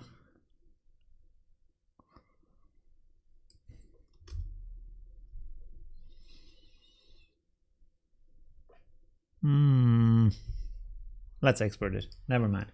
Let's export it and let's go to the next picture. So this is 03. All right. So done with that. Boom. Okay. Be safe, the alt. Save the alt. Oh, okay. Okay, what else did we have here? So the next picture you suggested was 642. What is that? Is that with this one? Is it that one? Really? Wait a second. What else do we have here? What did I write down, by the way? So yeah, we selected both of those. 1 second. 577. I think that's what this one. 731, which is this one. So 6 is that one. 451 is this one. Oh, these were kind of interesting, right? 445. Let's have a look at this one. Did you also just suggest that? No. Okay. Anyways, let's have a look at that one, if we can do something interesting with this one real quick. Where's my InPaint? There, InPaint. Zip. Reduce this. And then let's go. Should we resize it? Or you said it doesn't take too long. So let's have a play with this again. Silver Versa effects. Maybe this is okay this time. It's rasterize. Go again. This time it's a bit quicker for some reason. It'd be interesting now. It's slower. No, it's not slower. That's good. Okay, so we have that.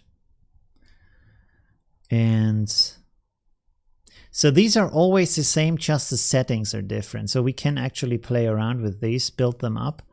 Let's turn this off.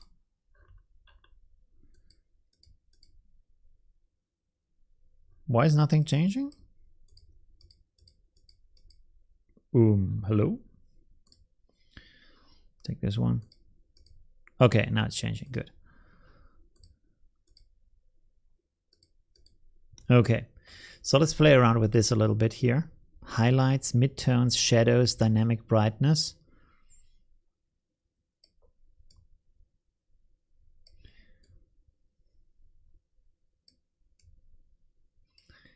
Make this a bit harsher.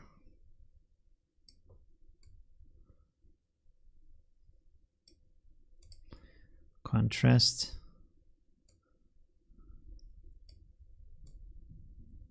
Yeah. Okay. Whoa. Ah, this was happening before. I mean, this looks completely wrong, but at the same time, it's pretty interesting. You see, at this point, I would really like it in NIK Collections that if there was an export button where you can say, okay, make a copy of that, and then I will play more with the rest. You can, of course, now save this as a preset and then go back. I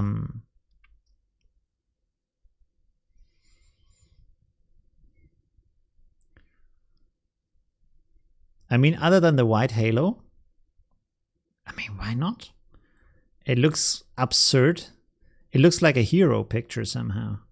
It's really strange. Let's go with that. It's completely wrong. It's a bit painful from the way it looks, but at the same time, it's kind of cool. Oh my god, that's even more extreme. Oh, there we have the different films, so that's good.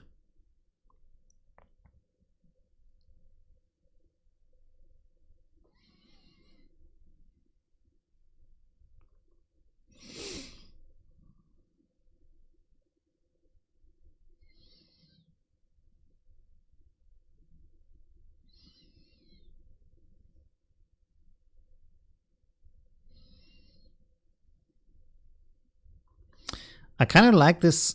It's a bit kind of a comic book effect, almost. Is this maybe too strong? Maybe leave it like that. And it was at the start. Oh no, now I lost it. It was kind of a roll-eye effect, right?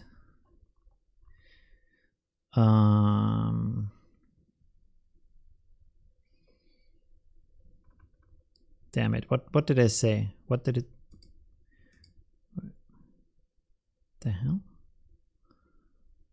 Let's go with this one. Okay, grain. Soft hard.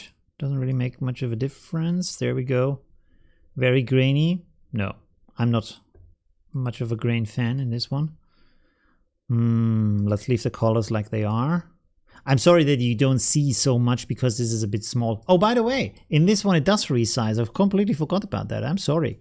There we go. You can see more. That's good. Sorry about that.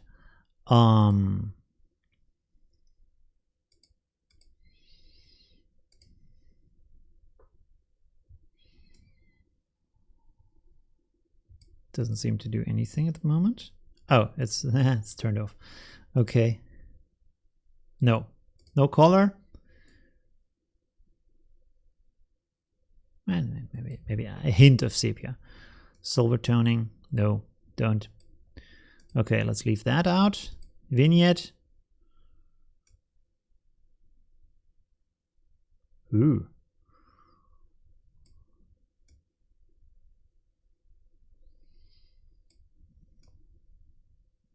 I know that this looks pretty absurd right now. Oh. We can do burnt edges on all sides if we want to.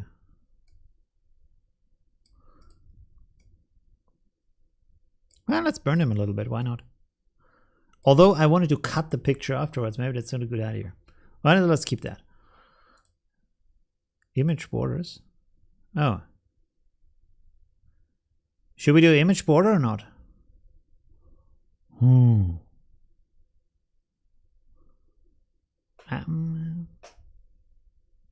No. Or? No. Okay, let's turn this off.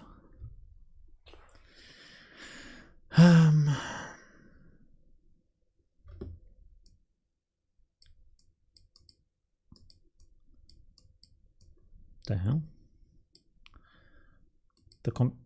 Why is the comparison not before and after? That's a bit strange. Okay, anyways. I should have made a copy. I always forgot that, to duplicate that. Well, let's click on OK.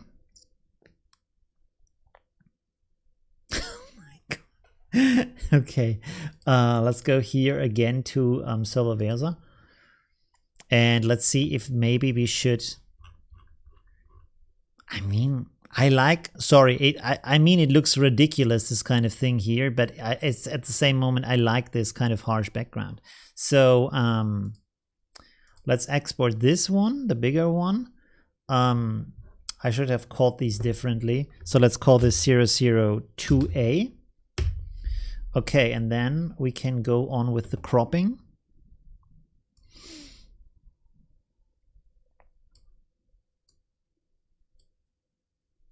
So there would be the center.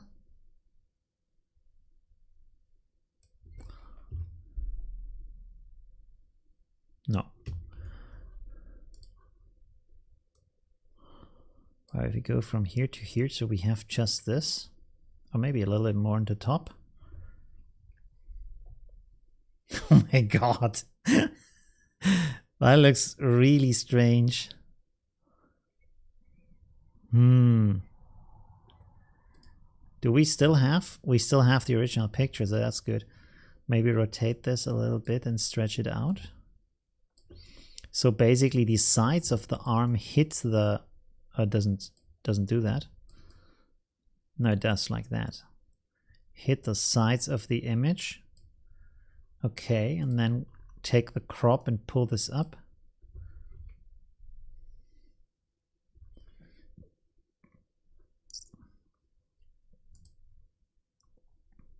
Show the ruler.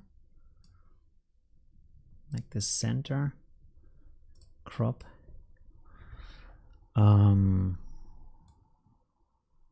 Yeah, but then should I rotate it a little bit more maybe? Let's see.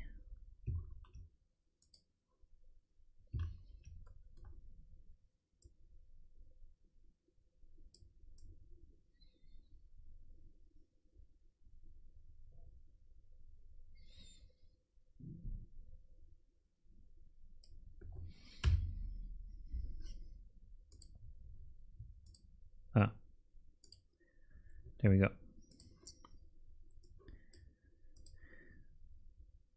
Is that good or is it completely stupid?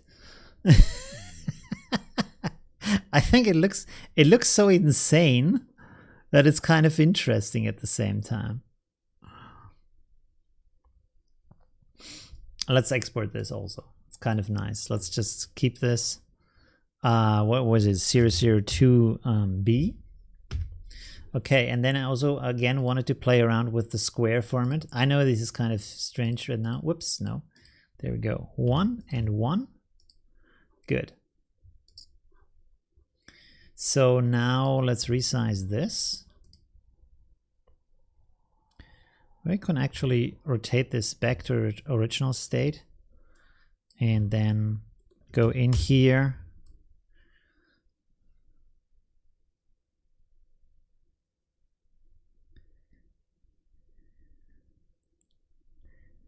They're so strange with the fingers.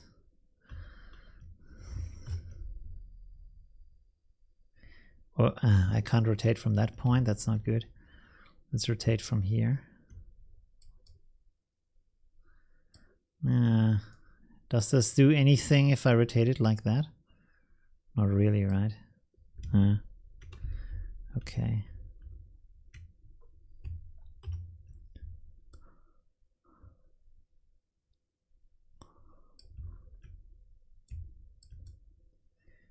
Can we bring out some more insanity here? That's not good.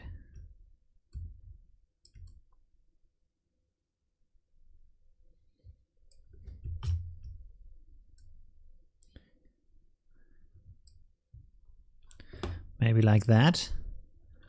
Unsharpen mask. Radius 1.5. Factor.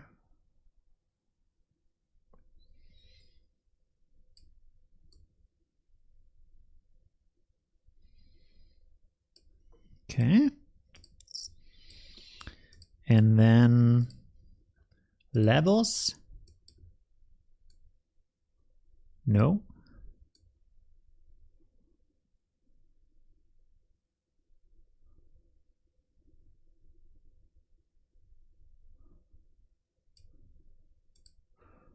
And Gaussian blur.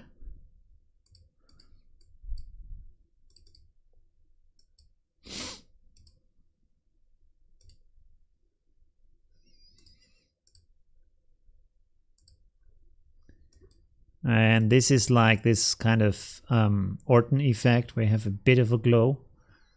You see, it's a bit glowy now.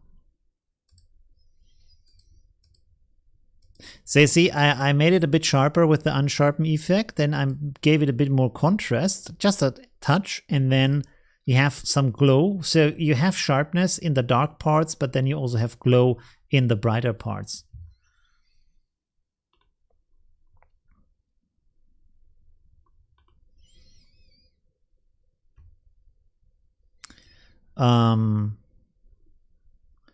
Let's merge visible here real quick and rotate this once.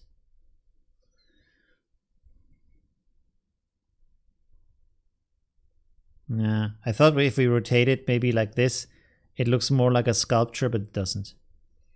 Or does it?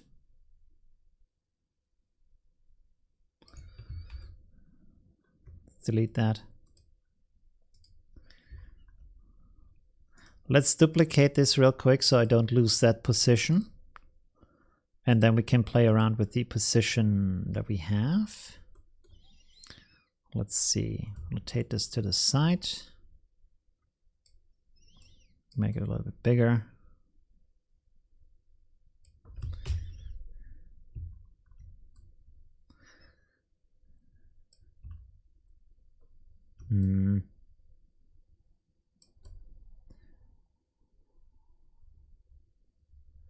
Oh.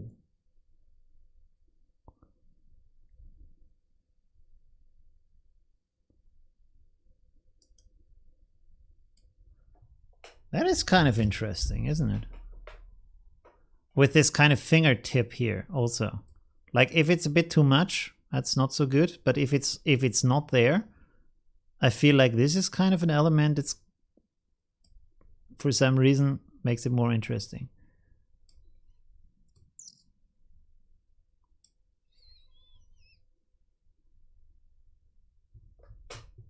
That's nice. Okay, let's save that. Export. Okay, how much longer should we play with that? Because I also wanted to do the light leak thing today. See, there we go. And then I also thought, should we? This looks pretty classic, but at the same time, yeah, let's export that also. It looks a bit old school, but never mind. 002 ABCD. There we go. Okay, should we do one more and then I forgot what to say. Oh yeah, go to the light leaks. So the chat suggested let's have a look at the other chat numbers. Open. So you said 200, 244, 701, 642, and 839, which already we have done. So let's take one of the starting pictures maybe. This is 200. Oh yeah, let's look at 200. So that could be interesting here. It's kind of very like pattern-like. So we have to rasterize that again because of the image rotation. And then we go to NIK Collection and again our silver Versa thing. So we have a good starting point for the black and white images. Or should we go to analog effects? Can do both. Let's click a little bit through these.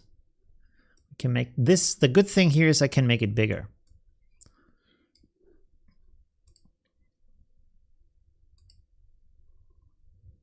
That's a good.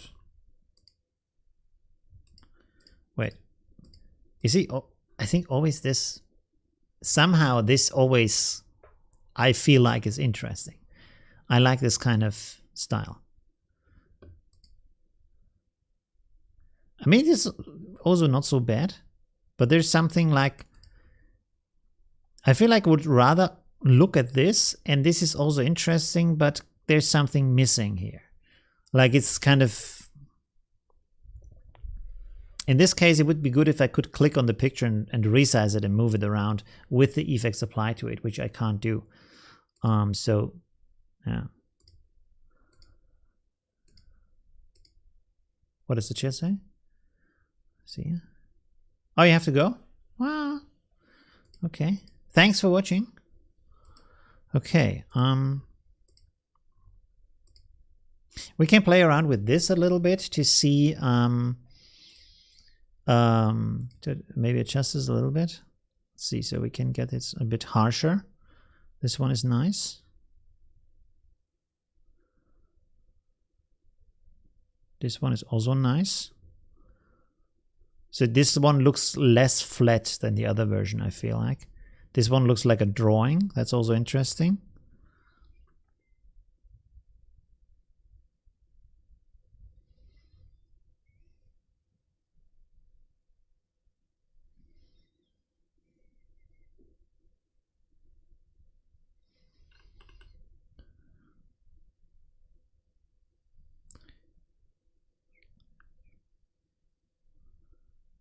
Okay, Roller Retro looks interesting. The Ilford looks interesting, was maybe a bit harsh. And there was one here, I think this one, Ilford Pen 400. That makes it look like a drawing, which is also nice. This one is also nice. A bit harsh maybe.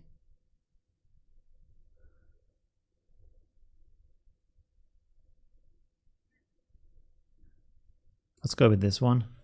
Fuji Neon Pen. Then we have a color filter.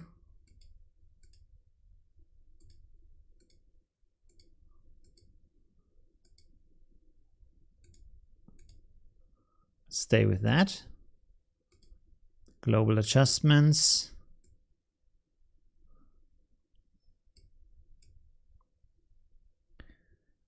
Yeah, shadows a little bit darker. See the highlights. This actually is good as it is. Contrast, amplify whites, no. Amplify blacks.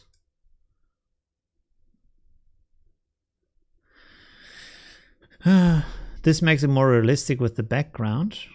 This is like, I think it's probably better if we take out the background to make it look more like floating in the kind of in nothing. Structure is reduced here. Let's see. Okay, so let's keep it like that.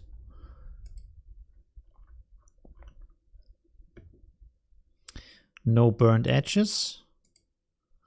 Toning. Oh, we have already talked about it. I mean, but we want it to be black and white, right? So that was kind of the idea.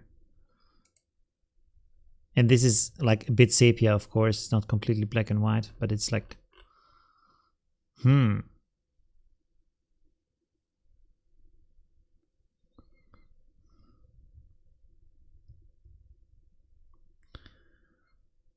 I think that's kind of a good version here.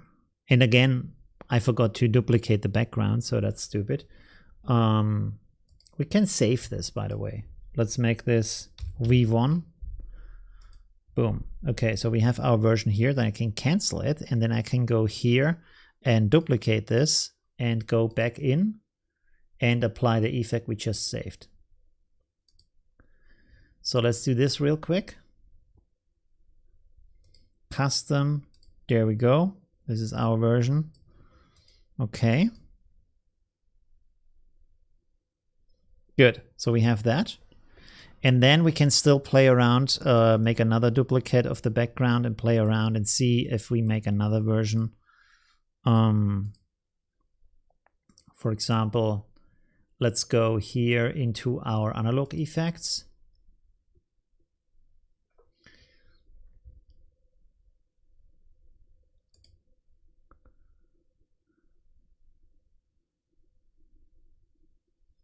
And this one is the one that takes long. Okay.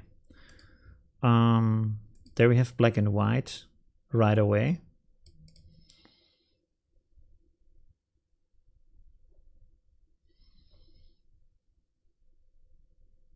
This one takes forever.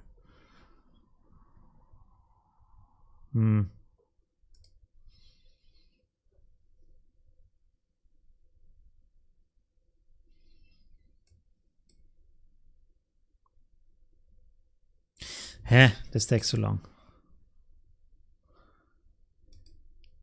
Come on. Not bad.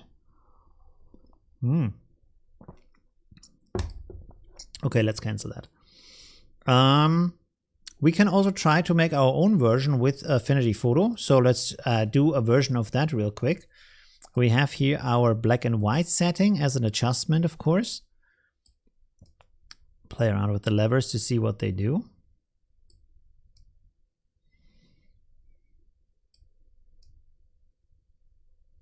So let's try here to get out this kind of pattern that we have here and make this an interesting image depending just on this kind of pattern we find here.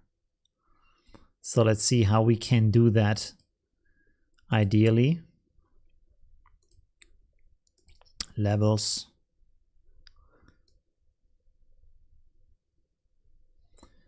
Remove the background a bit.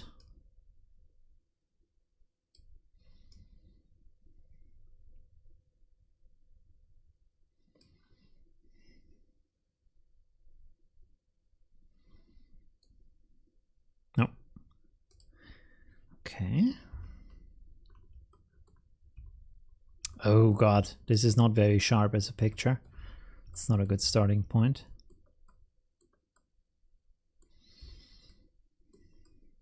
By the way, in this case, we could also try merge visible, and then let's take this because there's a lot of like free space here, not too much going on. Let's turn this upside down, multiply it with the background.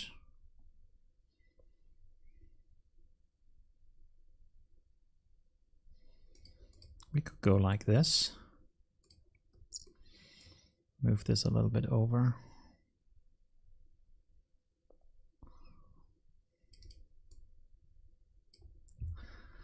Let's see if we put this like that and make it a little bit bigger.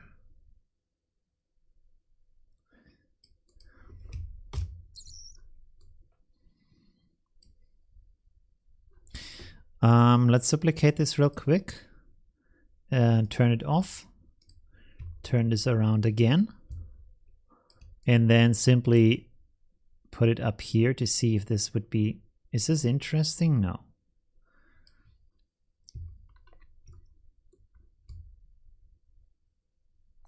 Wait a second.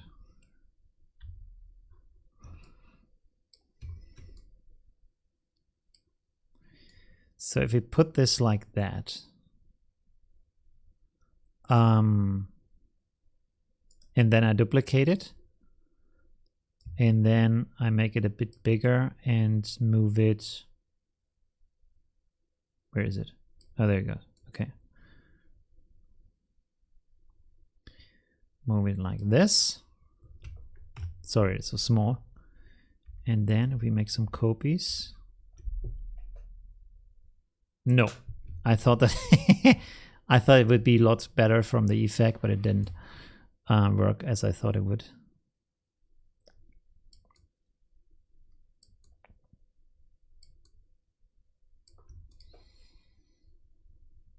This looks like a painting, or like an ink painting. That's not.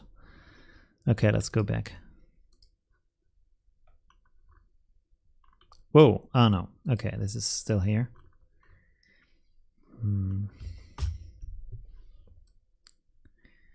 Is this interesting to watch or not? I think I should have prepared maybe the pictures and then talk about the pictures, because sometimes like it takes a lot of time to figure out what you want to do with the picture. So maybe it's not, I'm not sure if this is so interesting to watch right now.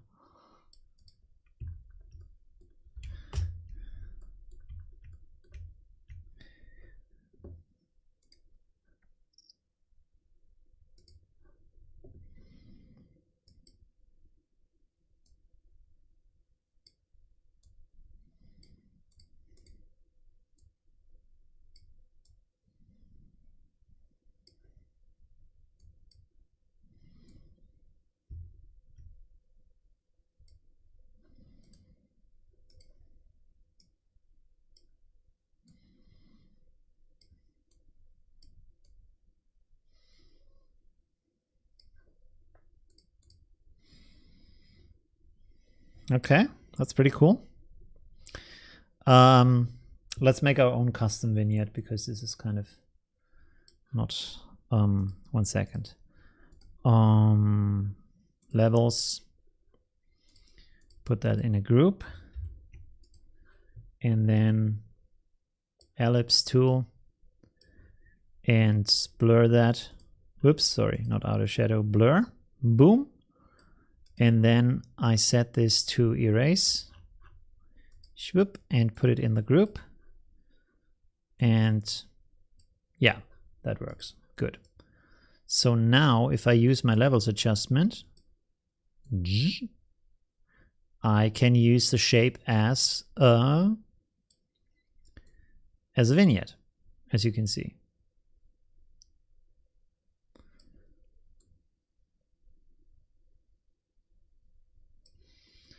Okay. This needs more blur. Let's set it 150 maybe. It's better.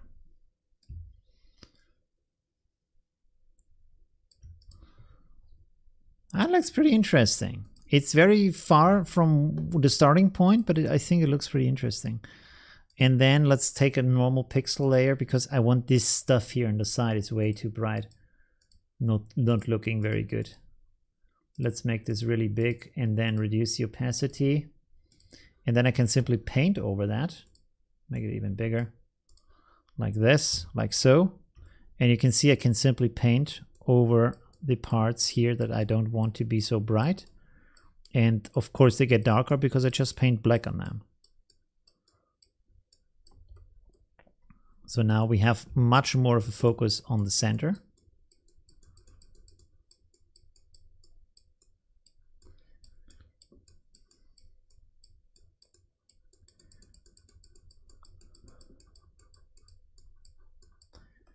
Good.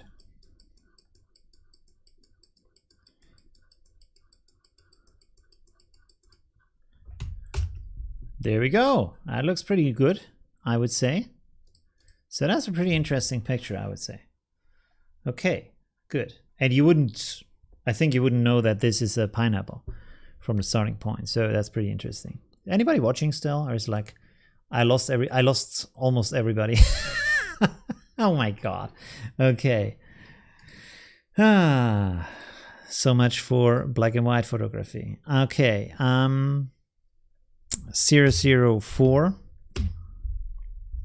How long have we streamed, by the way, so far?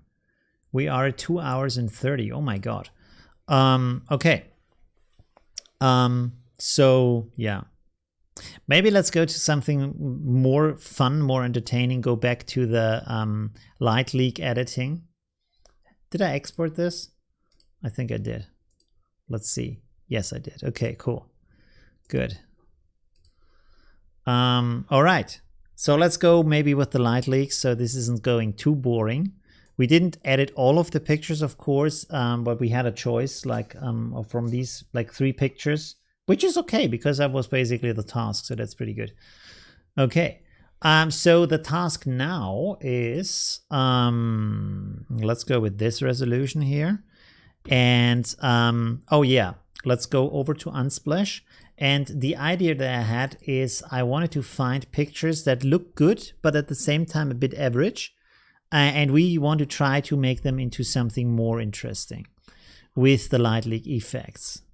So let's find some pictures that could be more impressive and try to edit them to be more impressive with our light leaks. Because it's always easy to make a good picture look better, but no, I mean, like a good picture already looks good. This is what I meant by that. Let's see if we find something. Maybe a portrait would be good. Play around with that. Wow, okay, pretty cool stuff here. This one, but there's a lot of blown out stuff here in the picture. Could be a good starting point. Let's look a little bit further. There's not much there from the photo itself, so. But we can look at, maybe this guy has some other pictures we can use. So let's look here.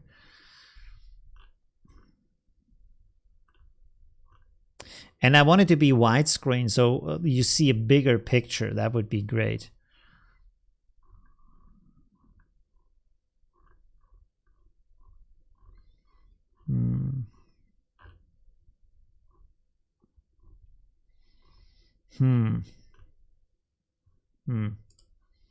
Maybe let's start with this so we have something right away that we can work with, and then we can play around later on. I should maybe have done this at the start, not at the end of the stream. That was a bit stupid from me. So that we have this picture.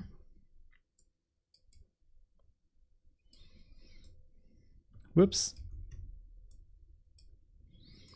Good, because after all, the stream also is about the bundle. Is it still on the stream? Ah, you can see it down there. Yeah, okay, good.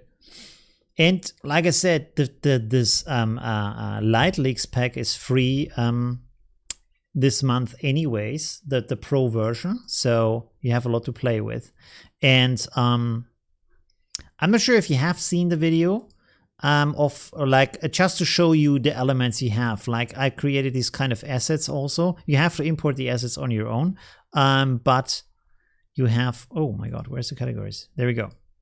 So you have these overlays that I've created and that you can simply drag into the picture and resize and move around and play with those. So for example, I can just pull this in here and you can see this is like I hand painted those on a black background with colors. These has a motion effect. This is why they are called motion. And now you simply switch this over to screen, for example, and then you have this kind of light overlay effect. You can also use add as a blend mode, which is more extreme. You can see the areas get more blown out, but you can see also this reacts to the background. So that's pretty neat to have this kind of effect. And sometimes, as you can see here with the background, sometimes it looks pretty cool if the background is blown out. So it doesn't always have to be, sometimes you want to have more of an error than it would not. Let's go put it down here maybe. And if you put this on the other side, we already have something that kind of looks interesting to look at, right? And maybe that's a bit much. Maybe let's try here screen on the other side like that. You can see. So that's pretty interesting. And I also created gradients and colors, and the gradients you can use to overlay as shapes. So for example, here, if you pull out a rectangle, I created also these styles down here. They are like a starting point to give you an idea what kind of blend mode. And I blurred also the shape a little bit. So you can see this rectangle shape then turns into, okay, now we can't see it. Let's turn this off here in the background. This turns into a gradient with the blend mode and with a little bit of blur on it. And if I select the other one, same blend mode, but more blur on them. And this other one has screen as the overlay. So you have already set this up, and then you can simply switch between these different gradients. You can see to give it different colors and different kind of effects. For example, this could be very nice in the background. maybe like this on all of the background. And you can then simply control, click and drag to duplicate it, put it on the other side like that if you want to. Like, there's a lot of things you can do with that. Let's turn on the effects again and see. Okay, that's in combination maybe a little bit much. And in this case, by the way, if you want to make this darker here, don't use opacity, because it's kind of just taking the effect away. What you should do or could do is that you use an adjustment layer for curves and apply that to that layer that you want to make darker. And then pull this down, and you can see that the effect stays around, but it gets less intense, but it still holds the color and stays in this kind of position. So that's also nice. So we can reduce this a little bit, bring a little bit light in here. On the original picture, you can also see that the background here is pretty much blown out. So there's nothing in there to react with that. But you could technically go in here. We can see if this works here. Make a pixel layer and then take a brush and just paint in some colors in the background. Let's give us some more opacity here. I can, let's turn off the effects we have applied and pick a background color from the actual picture. So it's kind of the same color. Make this a little bit smaller from the brush. And now, for example, I can, maybe a little bit bigger. There we go. I can paint in here some areas so this gets darker. So if I apply my effect now, the effect should look stronger in that area. Let's see. Yeah, you can see more of the effect now. And of course, you want to paint it in a way where you don't see it over here. So here it is maybe a bit too much, that what I've painted in. I can move it over like this, for example, if I want to. Let's make this a little bit bigger, like that. So I can adjust it in a way where I see more of this kind of light leak effect. Maybe, whoops, that was the wrong one. We can pull this over to the other side also to make that area a little bit darker. Or you can also use your levels adjustment, stuff like that, and then paint in a mask for these kind of areas. So there's different kind of approaches to get the background a little bit darker and see more of the light leak effect in the picture. We turn this on again. So I think this is that one. Yeah, it is. Okay, let's apply a curves adjustment also here to this one, to reduce that a bit, because that is way too much, but this is kind of good like that. And then you can see the original face in the middle is the kind of same colors, because it's not affected by the rest. So what we can do here, and this is why I created also these kind of colors, you could now make a fill layer, go up here to layer, and then new fill layer like that. And you can set this, and you can play around with that. You can set it to screen, you can set it to add, you can set it to soft light. Soft light in this case is better because we don't want to make the face brighter as it is. So soft light works good here. And here you can use the opacity to reduce it, but kind of feel like this is pretty okay. And now you can simply click on these colors that you have up here and switch through them and see if you find something that works great with the rest of the picture, like that. You can see it also influences a bit of the background, but you could apply a mask to the fill layer to reduce that so it's just on the face in that case. And this is pretty cool.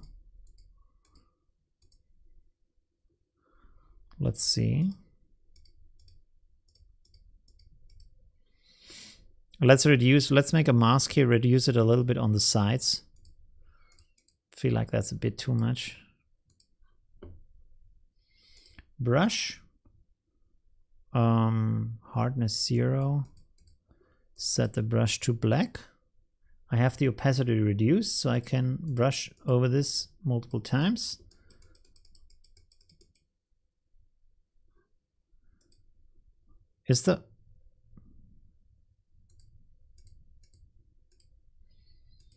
Huh. Okay. For some reason the mask was inverted. Okay, now it's normal. And now I can paint on this and reduce the effect on the sides a little bit. Also over here, you can see I get these kind of blue colors back on the sides. Ooh, sorry.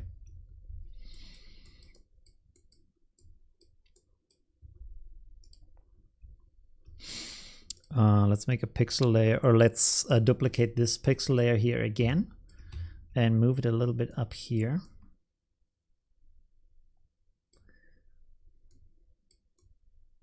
Yeah, in this case, it's actually not the best idea. Although I can simply duplicate this layer and rotate it to put it up there, just a tiny bit, like that. Okay, good. All right, so we have a picture that looks completely different than the starting picture. Let's duplicate the starting picture so we see the difference. And you can see by just playing around a little bit, we have this picture. And then compared to it, let's make it, sorry, I'll make this bigger again. We have this picture, which is more like fun and kind of colorful, playful picture without much effort, just by applying these kind of effects. So that's the kind of idea what you can do. Of course, here it's a lot of light leak applied to the picture, but just to make it more sunny, more warm, or kind of interesting. Also kind of play over these very wide areas here in the background. So it looks like a cool picture without all these kind of arrows in them. And we have just these nice colors. Okay. Good. So let's take another picture. That was a good starting point. Let's find another picture that we could edit, improve, play around with. Let's see if we have another picture that's more of an average look to it. And we can, maybe this one could be interesting. Let's open this up. Let's make the others on the right, close that. What else do we have here? This, but this is not, is the other one? I want to have something that white, you know, landscape format. So you see more of the picture. And a lot of those, especially portraits, are not really landscape.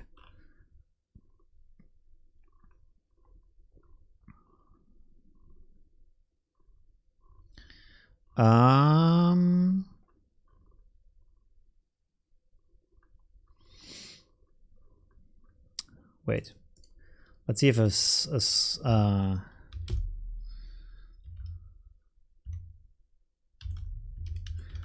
see if we find a nice sport picture that has an average look to it. That could be interesting here.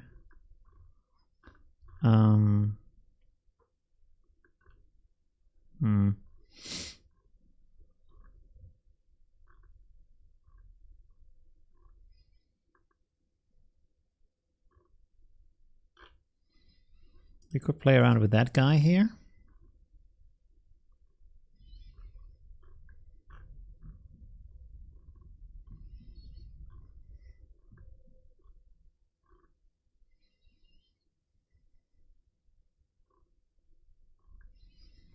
Also, a darker picture would also be a nice thing to play around with.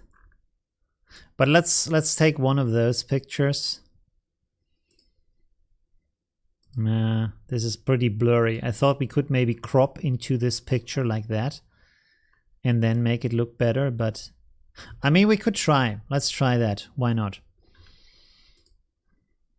Let's try pictures that are like just snapshots that we would find around.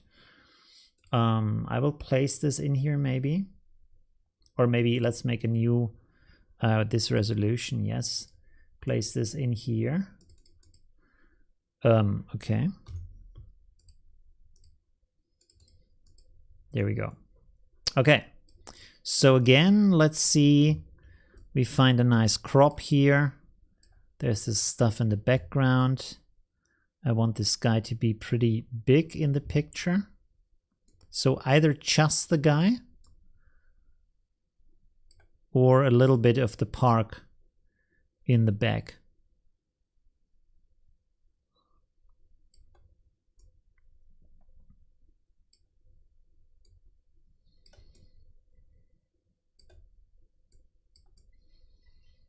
Yeah, let's go with just the guy.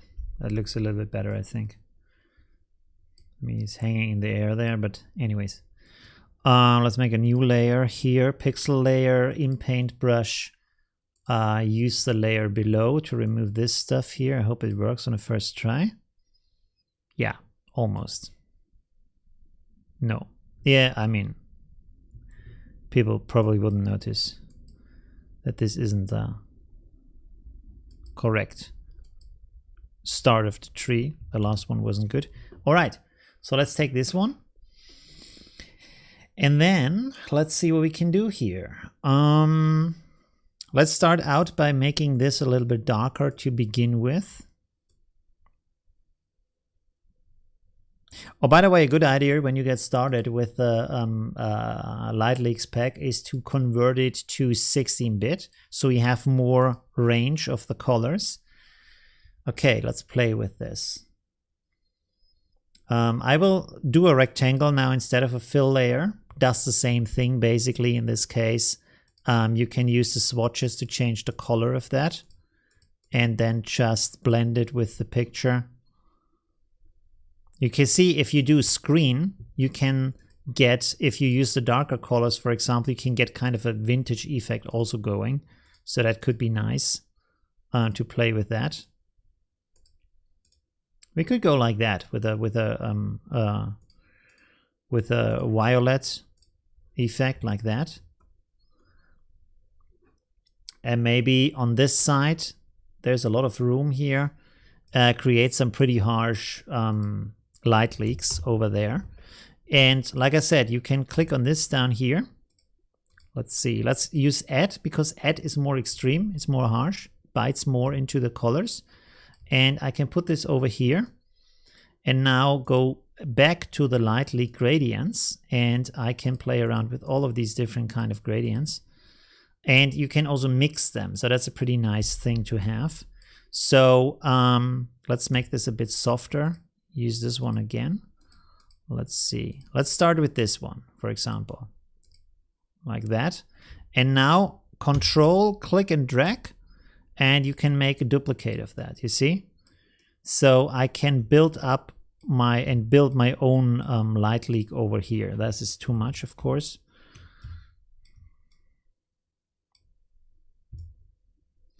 And we can switch the colors. Forgot about that. Make this more orange.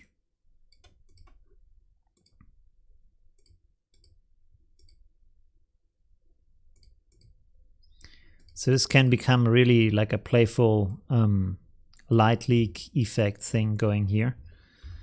That's a bit too much. Let's delete this one maybe. And give this also this kind of orange look here. So this fits better with the vintage background.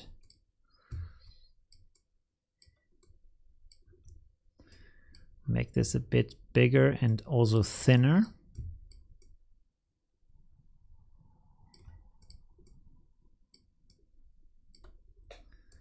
There we go.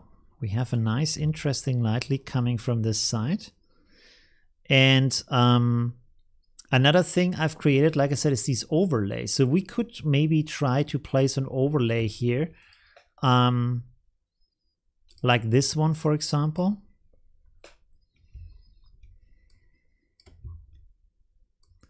Rotate that a little bit, make it smaller. So if I set this to screen,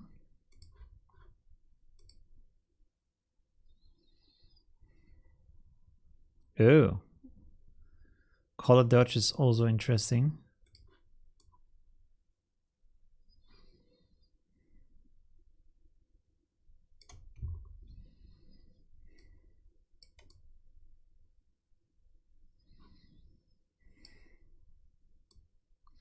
So with these, you can see you can make like an effect where the light is eating into the side of the picture like that. And they have like different kind of shapes. You can also like twist the shape if you want. You can see here in various ways. And another thing that's pretty cool here, because these are pixel layers, is what you can do is that you can use your warp tool. So I can set this over here, for example, and then let's make this bigger. Down here, I have my mesh warp tool. So I can click on that, select the mesh warp, and you can now bend this in any kind of way where you think, hey, that could look interesting. It could look cool as an effect to have that in the picture as a light leak. How, like any way you want this to eat into the picture.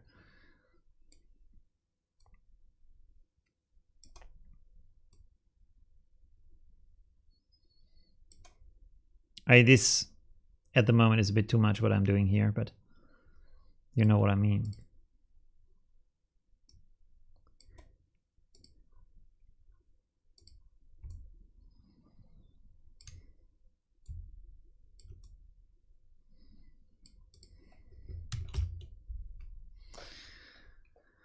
All right. So we have that. I think what would be cool on this picture is if we have like this old paper outside of the picture. So for this, actually, we could use the NIK color effects. Let's merge visible here. So we have a pixel layer of that. Go up here to filters. Let's go to the analog effects.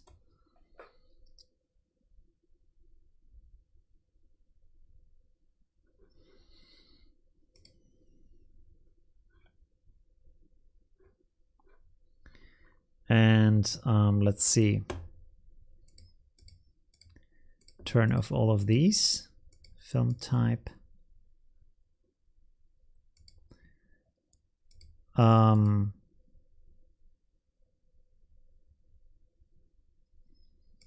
think this is the wrong one.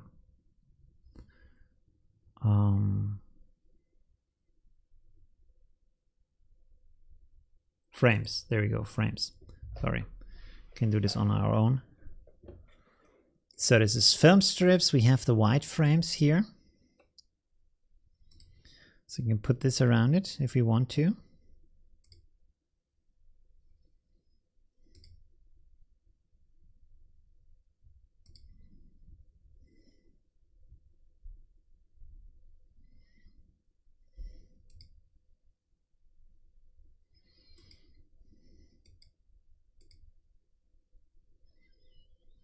One second. Sorry. Takes a little bit to load at the moment. 1 second. Come on. Texture, please. What do we have here?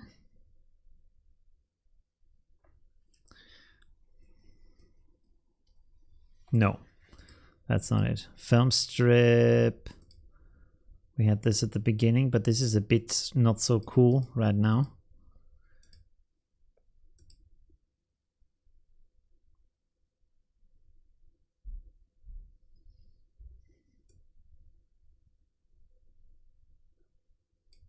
Is that interesting or not so much?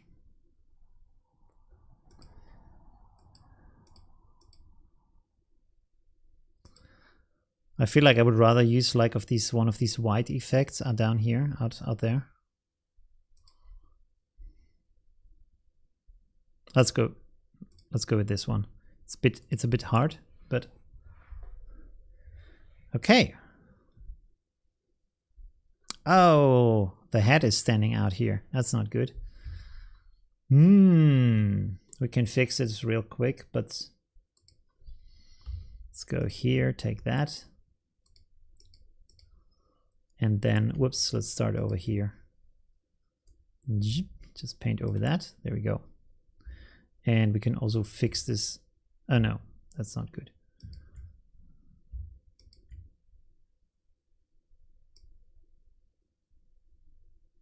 Nope. Anyways, let's cut this off. Okay. We could have a look at putting a rectangle over everything. Let's set this maybe to soft light. No.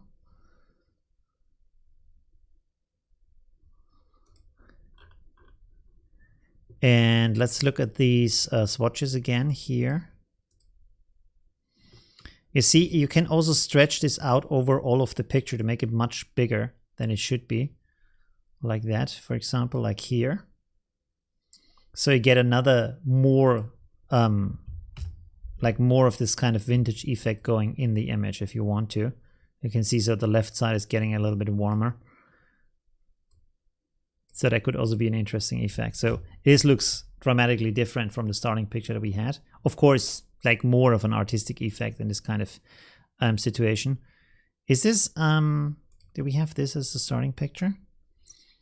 But you can see if you want to create like a vintage light leak effect, this is also no problem. Of course, like I applied this frame with the NIK collection, but the frame didn't change too much about the look of the light leaks and stuff like that. And so from the starting picture, which is very average, to this picture, where we have more of this kind of vintage look, it's kind of a pretty cool, interesting transition that's going on here. Good. Okay, let's do one more, and then yeah, we should maybe finish the stream for today. I want to find also a darker picture because the light leaks also, or maybe should we just use this one? Let's just use this one as the last one. This is a bit darker, so it fills a lot of the requirements, so that's pretty cool. Let's go with that. Okay, so let's see, place, there we go, boom. Okay,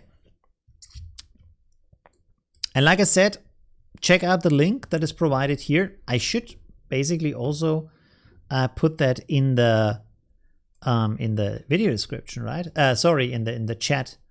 1 second.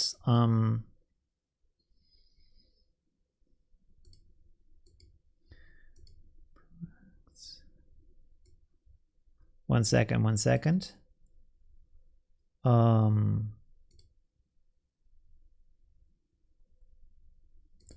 Share, there's the link, sorry. Okay, there we go. So here's the link to the pack.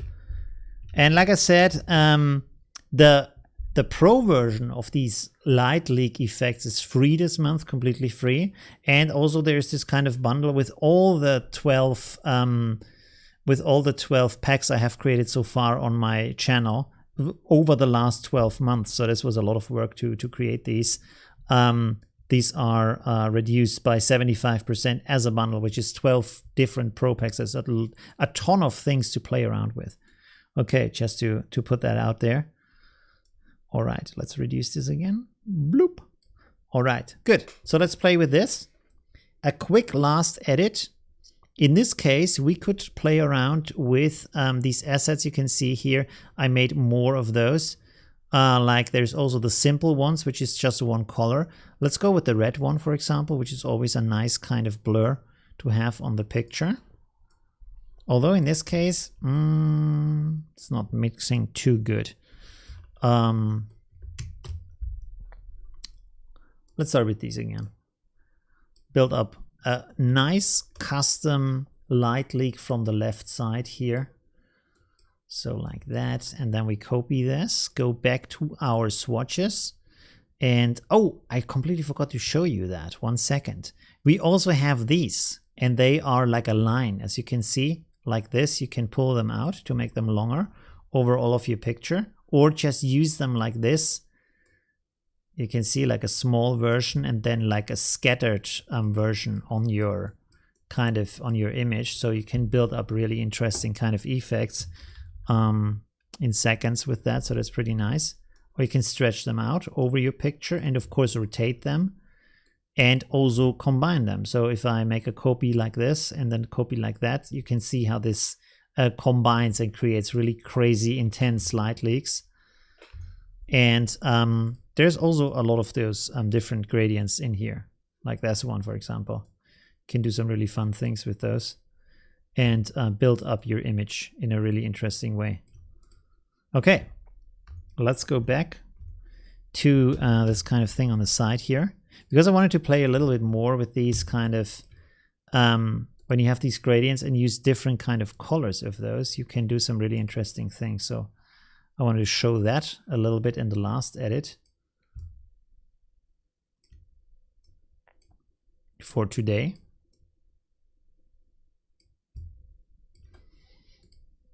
Whoops. So I really like how you can create these kind of really custom shapes around that. So it's more like a building kit for light leaks, where you have the ability to make your own light leak up instead of just downloading a light leak as an overlay on the on your picture from the internet. You know, so this is completely like what you want to have in the picture, the kind of thing you want to create. And you can always still like select all of these rectangles as you have created over your picture. I think this one is not part of it. Let's delete this one. Is this part of it or not? Oh yeah, it is. Okay, good. So you can select all of them. And then, of course, because they're just rectangles, you can still move them around and rotate them and resize them and stuff like that. So you can say, hey, I want this, but it should be just a bit smaller or longer or stuff like that, and have it in your picture in that way. Or you can rasterize them, which is another way to use them.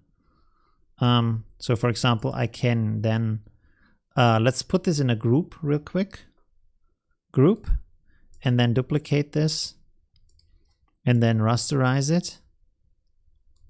And when you rasterize something, by the way, as you can see here, it goes back to the blend mode normal. So that means you have to set it back to screen or add or whatever you kind, the kind of effect you used when you started. But because now it's a pixel layer, let's turn this off here real quick, the other one. Because now it's a pixel layer, I can again go down here to mesh warp, and I can warp this additionally to just like resizing my rectangles. I can also go in here and kind of shape this in any kind of way I want. So that's and you can see when you double click on these meshes, you can create additional points that allow you to bend this in additional ways. So you're not limited by just using the outside of your of these meshes. So you can see here, I can create as many of these points as I want and really bend this in any kind of way, and thus create my own kind of crazy light leak shapes if I want to. So this is extremely versatile to use.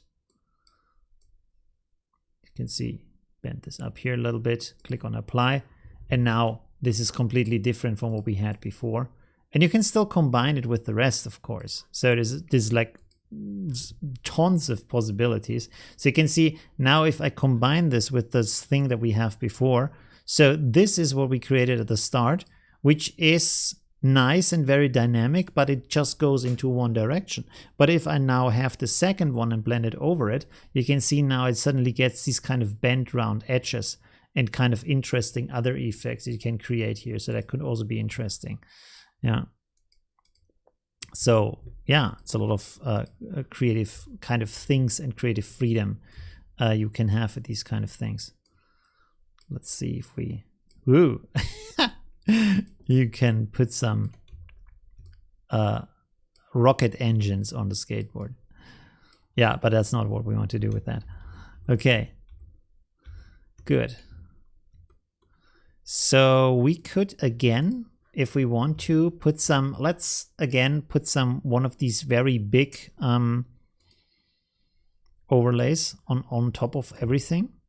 Rotate this around. This is too much. Maybe use a single color here. Dark single color. So that's pretty nice. Again, with the violet is always kind of a nice effect of the, in this case, I'm reducing it with opacity, although it's a screen blend mode, because it's just a single color here.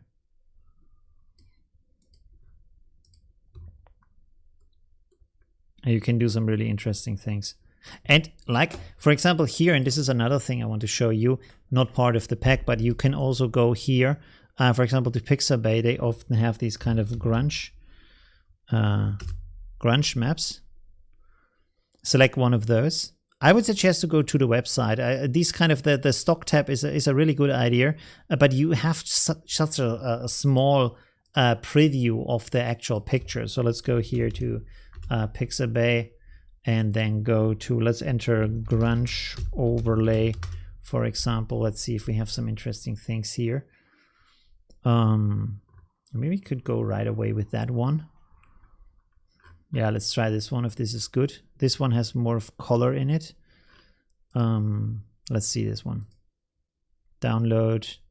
Yeah, let's download in that size. It's a bit too small, but maybe it's a bit quicker to work with that right now. So you can just place it on here. So you can see, you just take the picture, place it on there, and then set it to a blend mode that you like. In this case, because it's dark, let's see. These are way too extreme.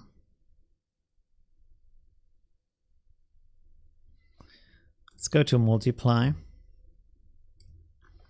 Bend this into shape like that. And I know this looks too extreme, but when we go in here and apply a levels adjustment to that, you can then filter out some of the elements.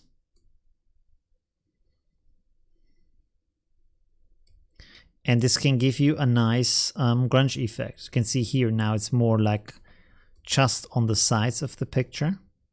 So this can be a really interesting effect that you can use on the pictures. You can reduce it a little bit with the output.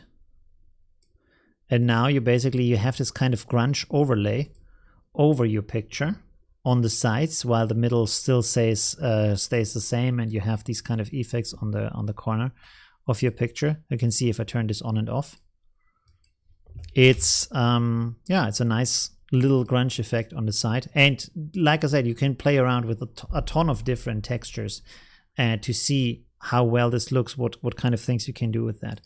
We can also, if we want to, reduce our effects that we have created over here, which is nice because all of this is non-destructive. So I can always go in here and say, hey, this was a bit too much. Let's turn off some of them or rebuild them, change them in a certain way on how I want to have them.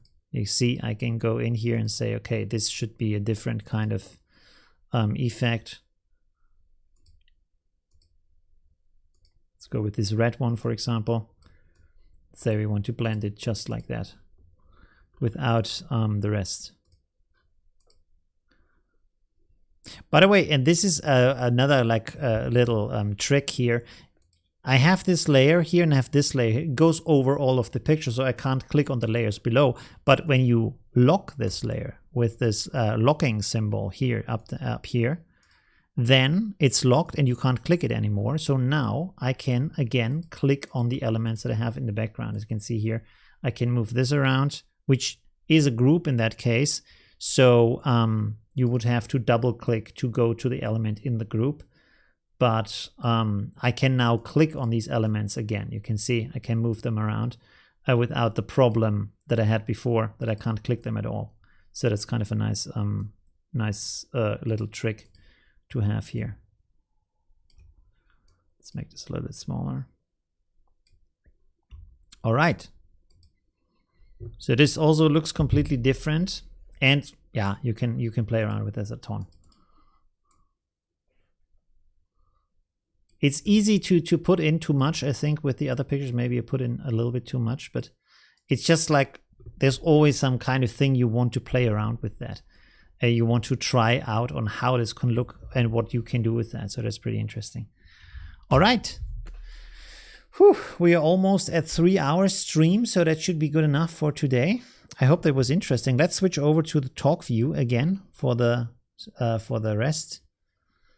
Hi, Margaret from Vancouver. Thanks for joining. Thank you, Colson. Thank you very much. That's very nice to say that.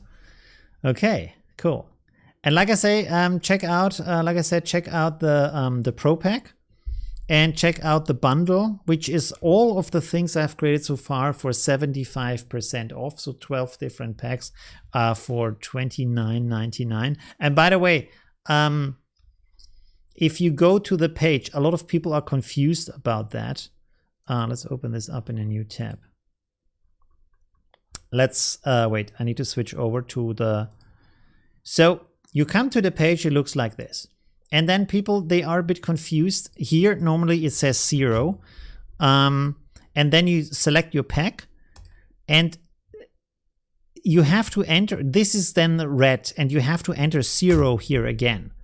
And if you do this, you have to enter the price here again. I know this is pretty stupid, but this is how this kind of sales page works. And here you have to enter 10. So that's a bit, yeah, stupid. You can enter any price, by the way. So, by the way, be careful about that. If you enter 100 here, then it's $100. So please be careful with what you enter here. So in this case, $29.99 or 30 or whatever you want to enter here. But this is the minimum price. You can't go below that from this kind of price tab.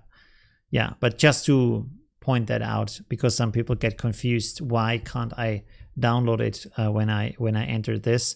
Enter 0 here and then click on I want this, and then it asks for the email address, and that's it. And with the other ones, the paid versions, of course it asks for payment details. All right, that's that. Thank you very much for watching. If you have some more questions, we can talk a bit more. Where's my chat window? Oh, my throat is rough from all the talking.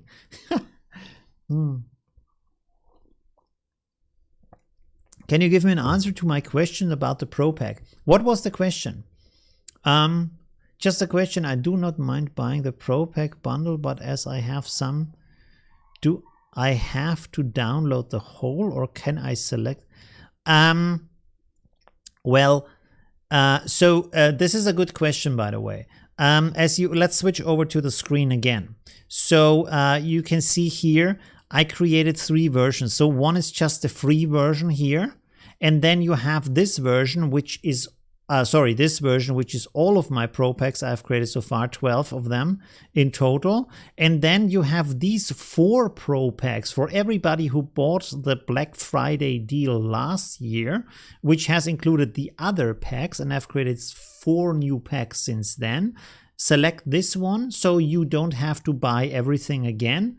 You just buy the 4 new ones, which are already also 75% reduced. So it's $10 for the 4 Pro Packs, which normally would be $40 because one of the Pro Packs costs $10. Okay.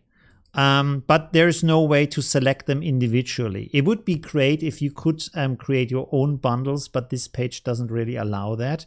But I mean, for that, because it's 75% off, even if you have bought 1 or 2 packs in the back in the past, you still save a lot of money through this kind of offer, which is like I said, like this kind of stay-at-home offer, because we have this kind of social isolation thing going on at the moment. I did this so people have some cool things to work with and kind of get the time flowing a bit faster and using it creatively. Yeah, while you have to stay at home, while you can't really go outside much. Okay. Sorry, I haven't seen that question before. Yeah. There's another question. If you have to resize the image, what is the best way to preserve pixel quality? Whether you enlarge or minimize, how can we fix it in either situation? If you make a picture smaller than the original resolution, you don't use quality because you have more quality in the picture anyways. But you can't go bigger because there are only the pixels in there that you have in there.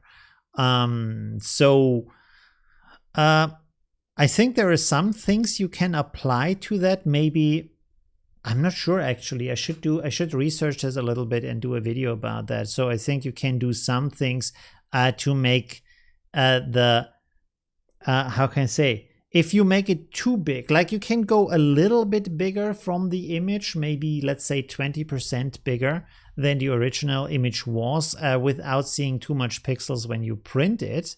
But if you go way bigger, like if you go 5 times bigger, it will be very pixelated. You can maybe blur it a little bit and then sharpen it a little bit so you get a softer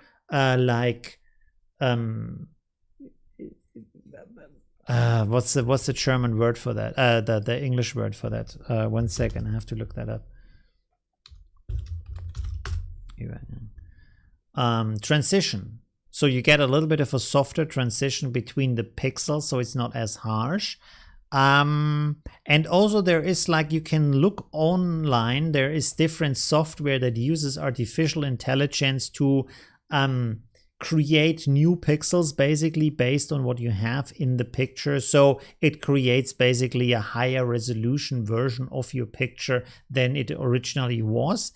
It's kind of a guesswork, of course, by the AI, but it, like, at least at the examples they show, it works very well.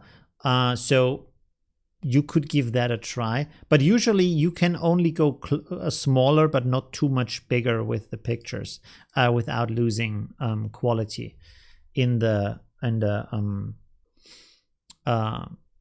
image if you print it. If it's on screen, it's a different story, because on the screen the screen kind of, like I say, it works different. It has a different resolution than you have on print, on paper, stuff like that.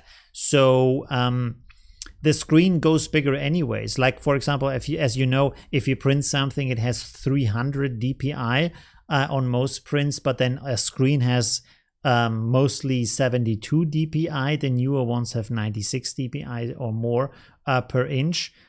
So the screen has a smaller resolution on its own. This is why you can have a big TV like 50-inch and you show a picture on it and it still looks relatively good. But if you would print it in that size, it wouldn't look as good as a print, which might be confusing. But this is because the screen has a way smaller resolution than the print has.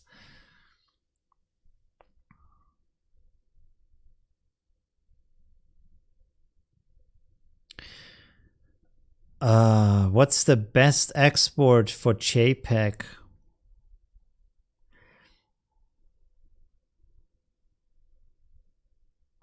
And share on Instagram. Oh, okay, so that's a different thing. I think to change the setting of when you export it, if it's the resampling B cubic or B linear, or at least the kind of other modes, that is very specific. I think in usually you're not going to see any kind of difference in that. It's very kind of advanced for some very specific use cases. When you export it for Instagram, for example, you can look online what they kind of suggest as a resolution, and if it's too big as an image, it will be recompressed by Instagram itself, and so because of the recompression, it might look blurred on their page. Usually on Facebook, I go with the suggested sizes that you can find online. Go on Google and search Facebook image sizes 2020 to see for this year what they have, because they often change the image sizes for Facebook. On Instagram, I go with the resolution of 2000 by 2000 pixel, which is way bigger than they would suggest, because it's not that big if you look at it on the page. But I found that the images just look a lot sharper. I found that if you export it at the size that they suggest and upload it in that size, the image looks very blurred on Instagram. But I made like pretty good experience with 2000 by 2000 as a resolution. And most people will look at it in a smaller resolution anyways, because it's on their smartphones. So yeah.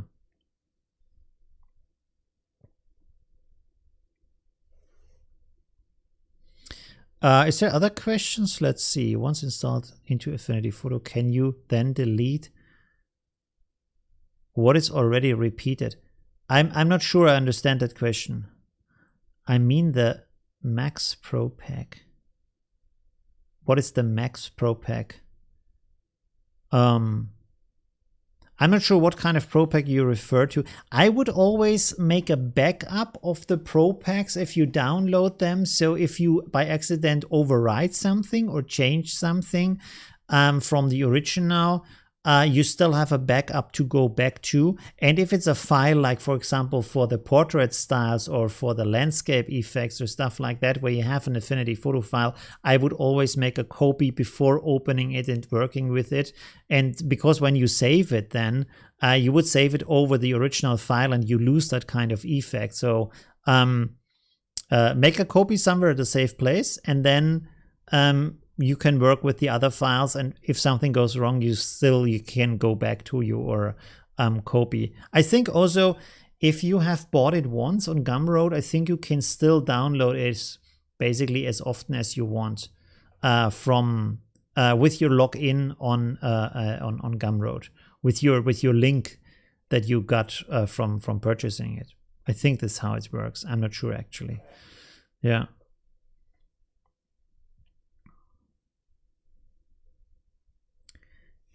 Image larger? Is there like a page that's the name of the page? There's a lot of different services online. I'm not sure actually. I've never used one of those. Ah, okay. So Imlarger is a AI image enlarger. Okay, interesting. Yeah, so can use this to make the image bigger. Oh, let's switch over to the. So you can see here, like this is the page. I've never used that, so I'm not suggesting to use that, but this is one of those AI pages. And you can see here, for example, this is the picture, which to be honest looks pretty blurred. And then this is the like a zoom into a part of that picture. And here it kind of, but it looks like it made it sharper. It doesn't look like it added resolution. I'm not sure. Low resolution image AI. More samples over here. Let's look at that. Oh, okay. Oh, so this is the smaller version, and then this is supposed to be the bigger version where it like created new pixels. That looks pretty good. I'm not sure if it's actually that good if you actually use it yourself, but yeah. I mean, we could give it a try. This looks like it's free. So let's go on Unsplash real quick. And then let's go for a portrait, for example. That's a nice sharp portrait. Let's download that. Save. And then open it here. 1 second. Let's open this here. Downloads. Okay, so we know that this is how the picture looks when it's actually big and sharp. Now let's export the picture, and let's say, I don't know, let's make this 600 from the resolution. So that's a lot smaller. Is that maybe a bit too small? Let's try that. Let's try it. So go to downloads, AI sample 1. Okay, so I will open this here again. Just to see, you see this is now super pixelated and blurred. Let's go here and upload this. Documents, downloads. Oh no, come on. Do I have to log in? Create our free account. Choose.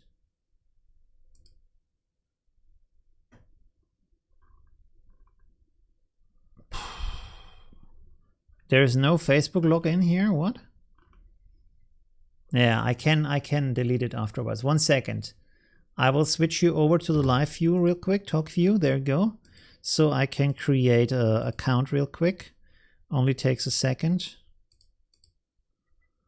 Yes, please save that.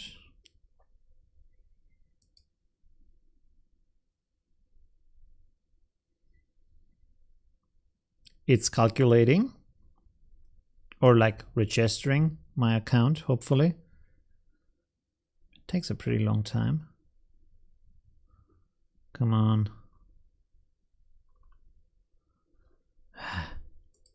One second.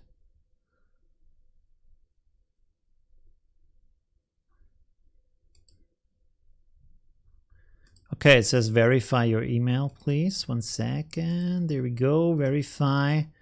Almost done. Continue to home page. Okay.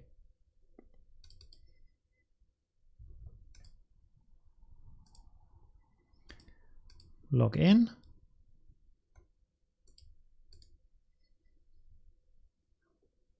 Switch over again. Still logging in. 1 second. Oh my god. Whew.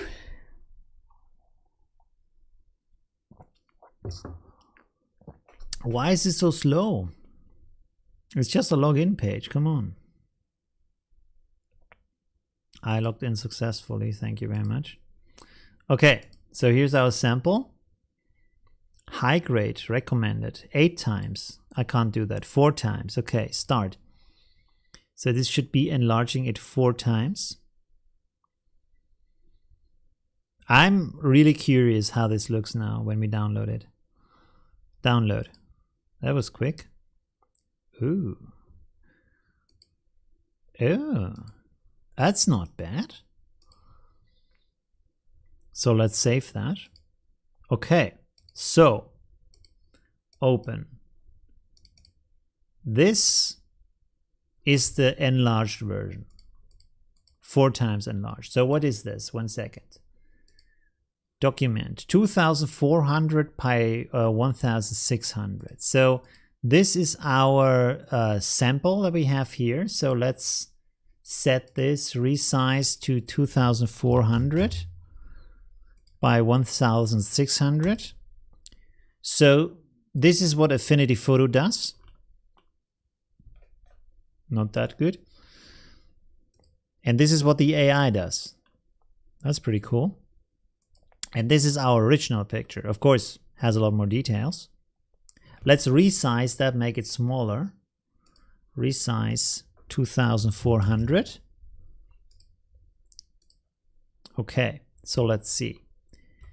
This is what it would look like if we resize from a high resolution picture. This is when we upscale it in Affinity Photo. And this is the upscaled version from the AI. Of course, like this is a lot better, but here we didn't have really much detail in that. So, yeah. However, let's wait a second. What is this now? Okay, let's export this again. And this time make it 1200, so it's double the resolution. Sample 2. I wrote it wrong. Never mind. Where is it? There we go. So let's upload this again. Sample 2. Also 4 times. Yes. Too many images added. What? The awesome free version can only like do 1 image. Are you kidding? Let's reload the page. Okay. Let's try this again. There we go. 4 times. Let's see what this gives us. High grade. Okay. By the way, was there like, maybe there was a portrait mode. I didn't actually look at that. Okay. Okay, there we go.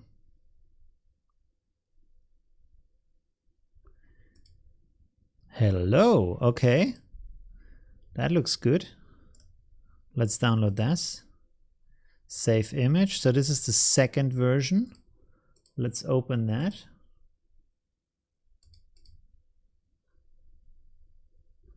Zoom in here. So first of all, what kind of resolution? 4800. Okay, 4800. Let's compare this with the other one. Of course, this is like, but still, I mean, the quality of this is still pretty good. I'm pretty impressed by that, because this is what Affinity Photo did with the upscaling, and this is what the AI did. So that's pretty cool. And this is now from the higher resolution version. We can open the, like, this is sample 2. Let's zoom into that so you can see this is rather pixelated. And this is what the AI made with it to resize it. So that's pretty cool. I think if you print that, that would be a pretty good print. Of course, like, if it's too big, you still see that this is blurry here. But, I mean, that looks pretty okay. So, yeah, pretty impressive. Especially for a free tool. That is pretty cool. We could also sample this up to see what Affinity Photo does with that. Resize. What was the other? 4800, right? 4800 resize. So this is, yeah, it's blurred. But let's go in here and make an unsharpen mask. Radius, let's say the radius is 1.5. And then sharpen this a bit.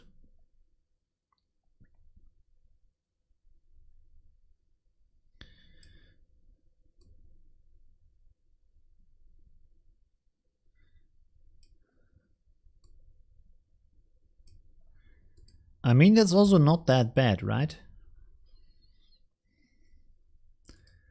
Let's make a maybe a lens blur. No, delete. Gaussian blur. Just a hint. Why is it so strong? Okay, delete. Is this not resized? No, it is resized. Okay. So with a bit of lens blur, this is what Affinity Photo gives you. And this is what the AI does. We can probably apply a bit more adjustments here. So in this case, it's not like super different anymore. Although you get like nicer details on the AI version. So the AI version still looks a lot better. That's pretty interesting. Let's copy this over to here.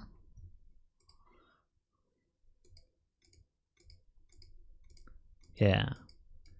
So in this case, it's not as impressive. You can see that the difference is like, well, of course, if you look here on the eyebrow, especially if you zoom in. So this is the AI version, and this is the Affinity Photo version. So yeah, it's still pretty impressive, especially like here, these details in the eye, stuff like that. The little hairs here, there's a lot of detail in the AI version, and here you lose basically all of the detail. So that's pretty interesting. That's pretty cool. Very nice. I should do a video about that maybe. That would be an interesting tutorial of a like third-party tool. Whoops. Okay, enough for today for the stream. Is there maybe more questions? Wait. Before we go, let's have a look if there's more questions. So that was a really good advice. Thank you very much, Lee, for suggesting that page.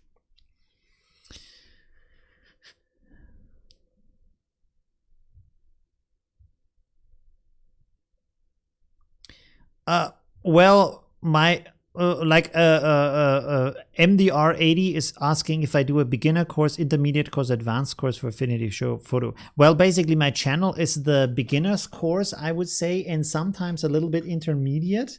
I wanted to do more online courses, but I'm kind of a bit lazy on doing them because they're a lot of work. So, but I really should do more online courses because it's nice that people enjoy them. I also get to do more in-depth projects because on Affinity Photo, I always do more like just showing a technique, but not going too deep with it. So I should really try to do more online courses. That would be pretty good. And I would also, I think I would mostly host them on Gumroad again. Maybe also on Skillshare. I tried Skillshare. It's a really nice page, but I wasn't very, not too happy with how much you get from that, like financially on Skillshare. It was a bit on the thin side, to be honest. And on Gumroad, it was kind of better. I think I have more control over it also. So that's kind of a good thing. Yeah. Okay, yeah. Gigapixel versus Affinity sometimes. I could try Topaz, but I don't want to go into too many tools. I mean, it's always good to do these comparison where I have some kind of connection to Affinity Photo, because if I dilute it too much and I say I want to make a tutorial for this software and that software and that software, it's not that interesting anymore for people to go to the channel because I'm all over the place. But a comparison to Affinity Photo could be interesting, of course. So that would be nice. Yeah. Hi, Ranush. Hi, how are you doing? Yeah, Udemy, I'm really not a fan of Udemy, to be honest. It's a nice page. The problem with Udemy is they always, all the time have 90% off sales, all the time. And I think it makes the educators on Udemy look cheap. Like, it looks like the courses are overpriced and they should always be 90% off, which is not the case, because the courses are good quality and they should not be 90% off all the time, but they are. And it's it doesn't make the educators look good. It looks like Fiverr for online learning. So I'm not really a fan of that.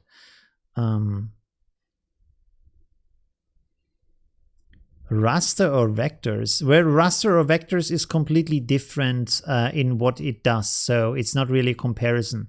It's like comparing video to photography, for example. Like, it's very, very different from what it does. So vectors is shapes, basically curves that you use for designing things that are made of shapes, like logos, for example, or illustration or comics or these kind of things. And raster is for photos, where you have individual pixels, thousands or millions of individual pixels to work with them. I mostly do photo editing also on my channel. Illustration is kind of nice and working with vectors like in Affinity Designer, but I'm not doing it very much, and so I'm not the best source for that kind of tutorials. I could only do very basic things in there. There's other channels who do videos about Affinity Designer, which are very good to look at. I forgot the name of. There's one very good channel. Let me search for that real quick before I end the stream, so I can maybe suggest that to you. Whoop, where's my keyboard? Did I type in the chat? Anyways. Okay, let's go. Oh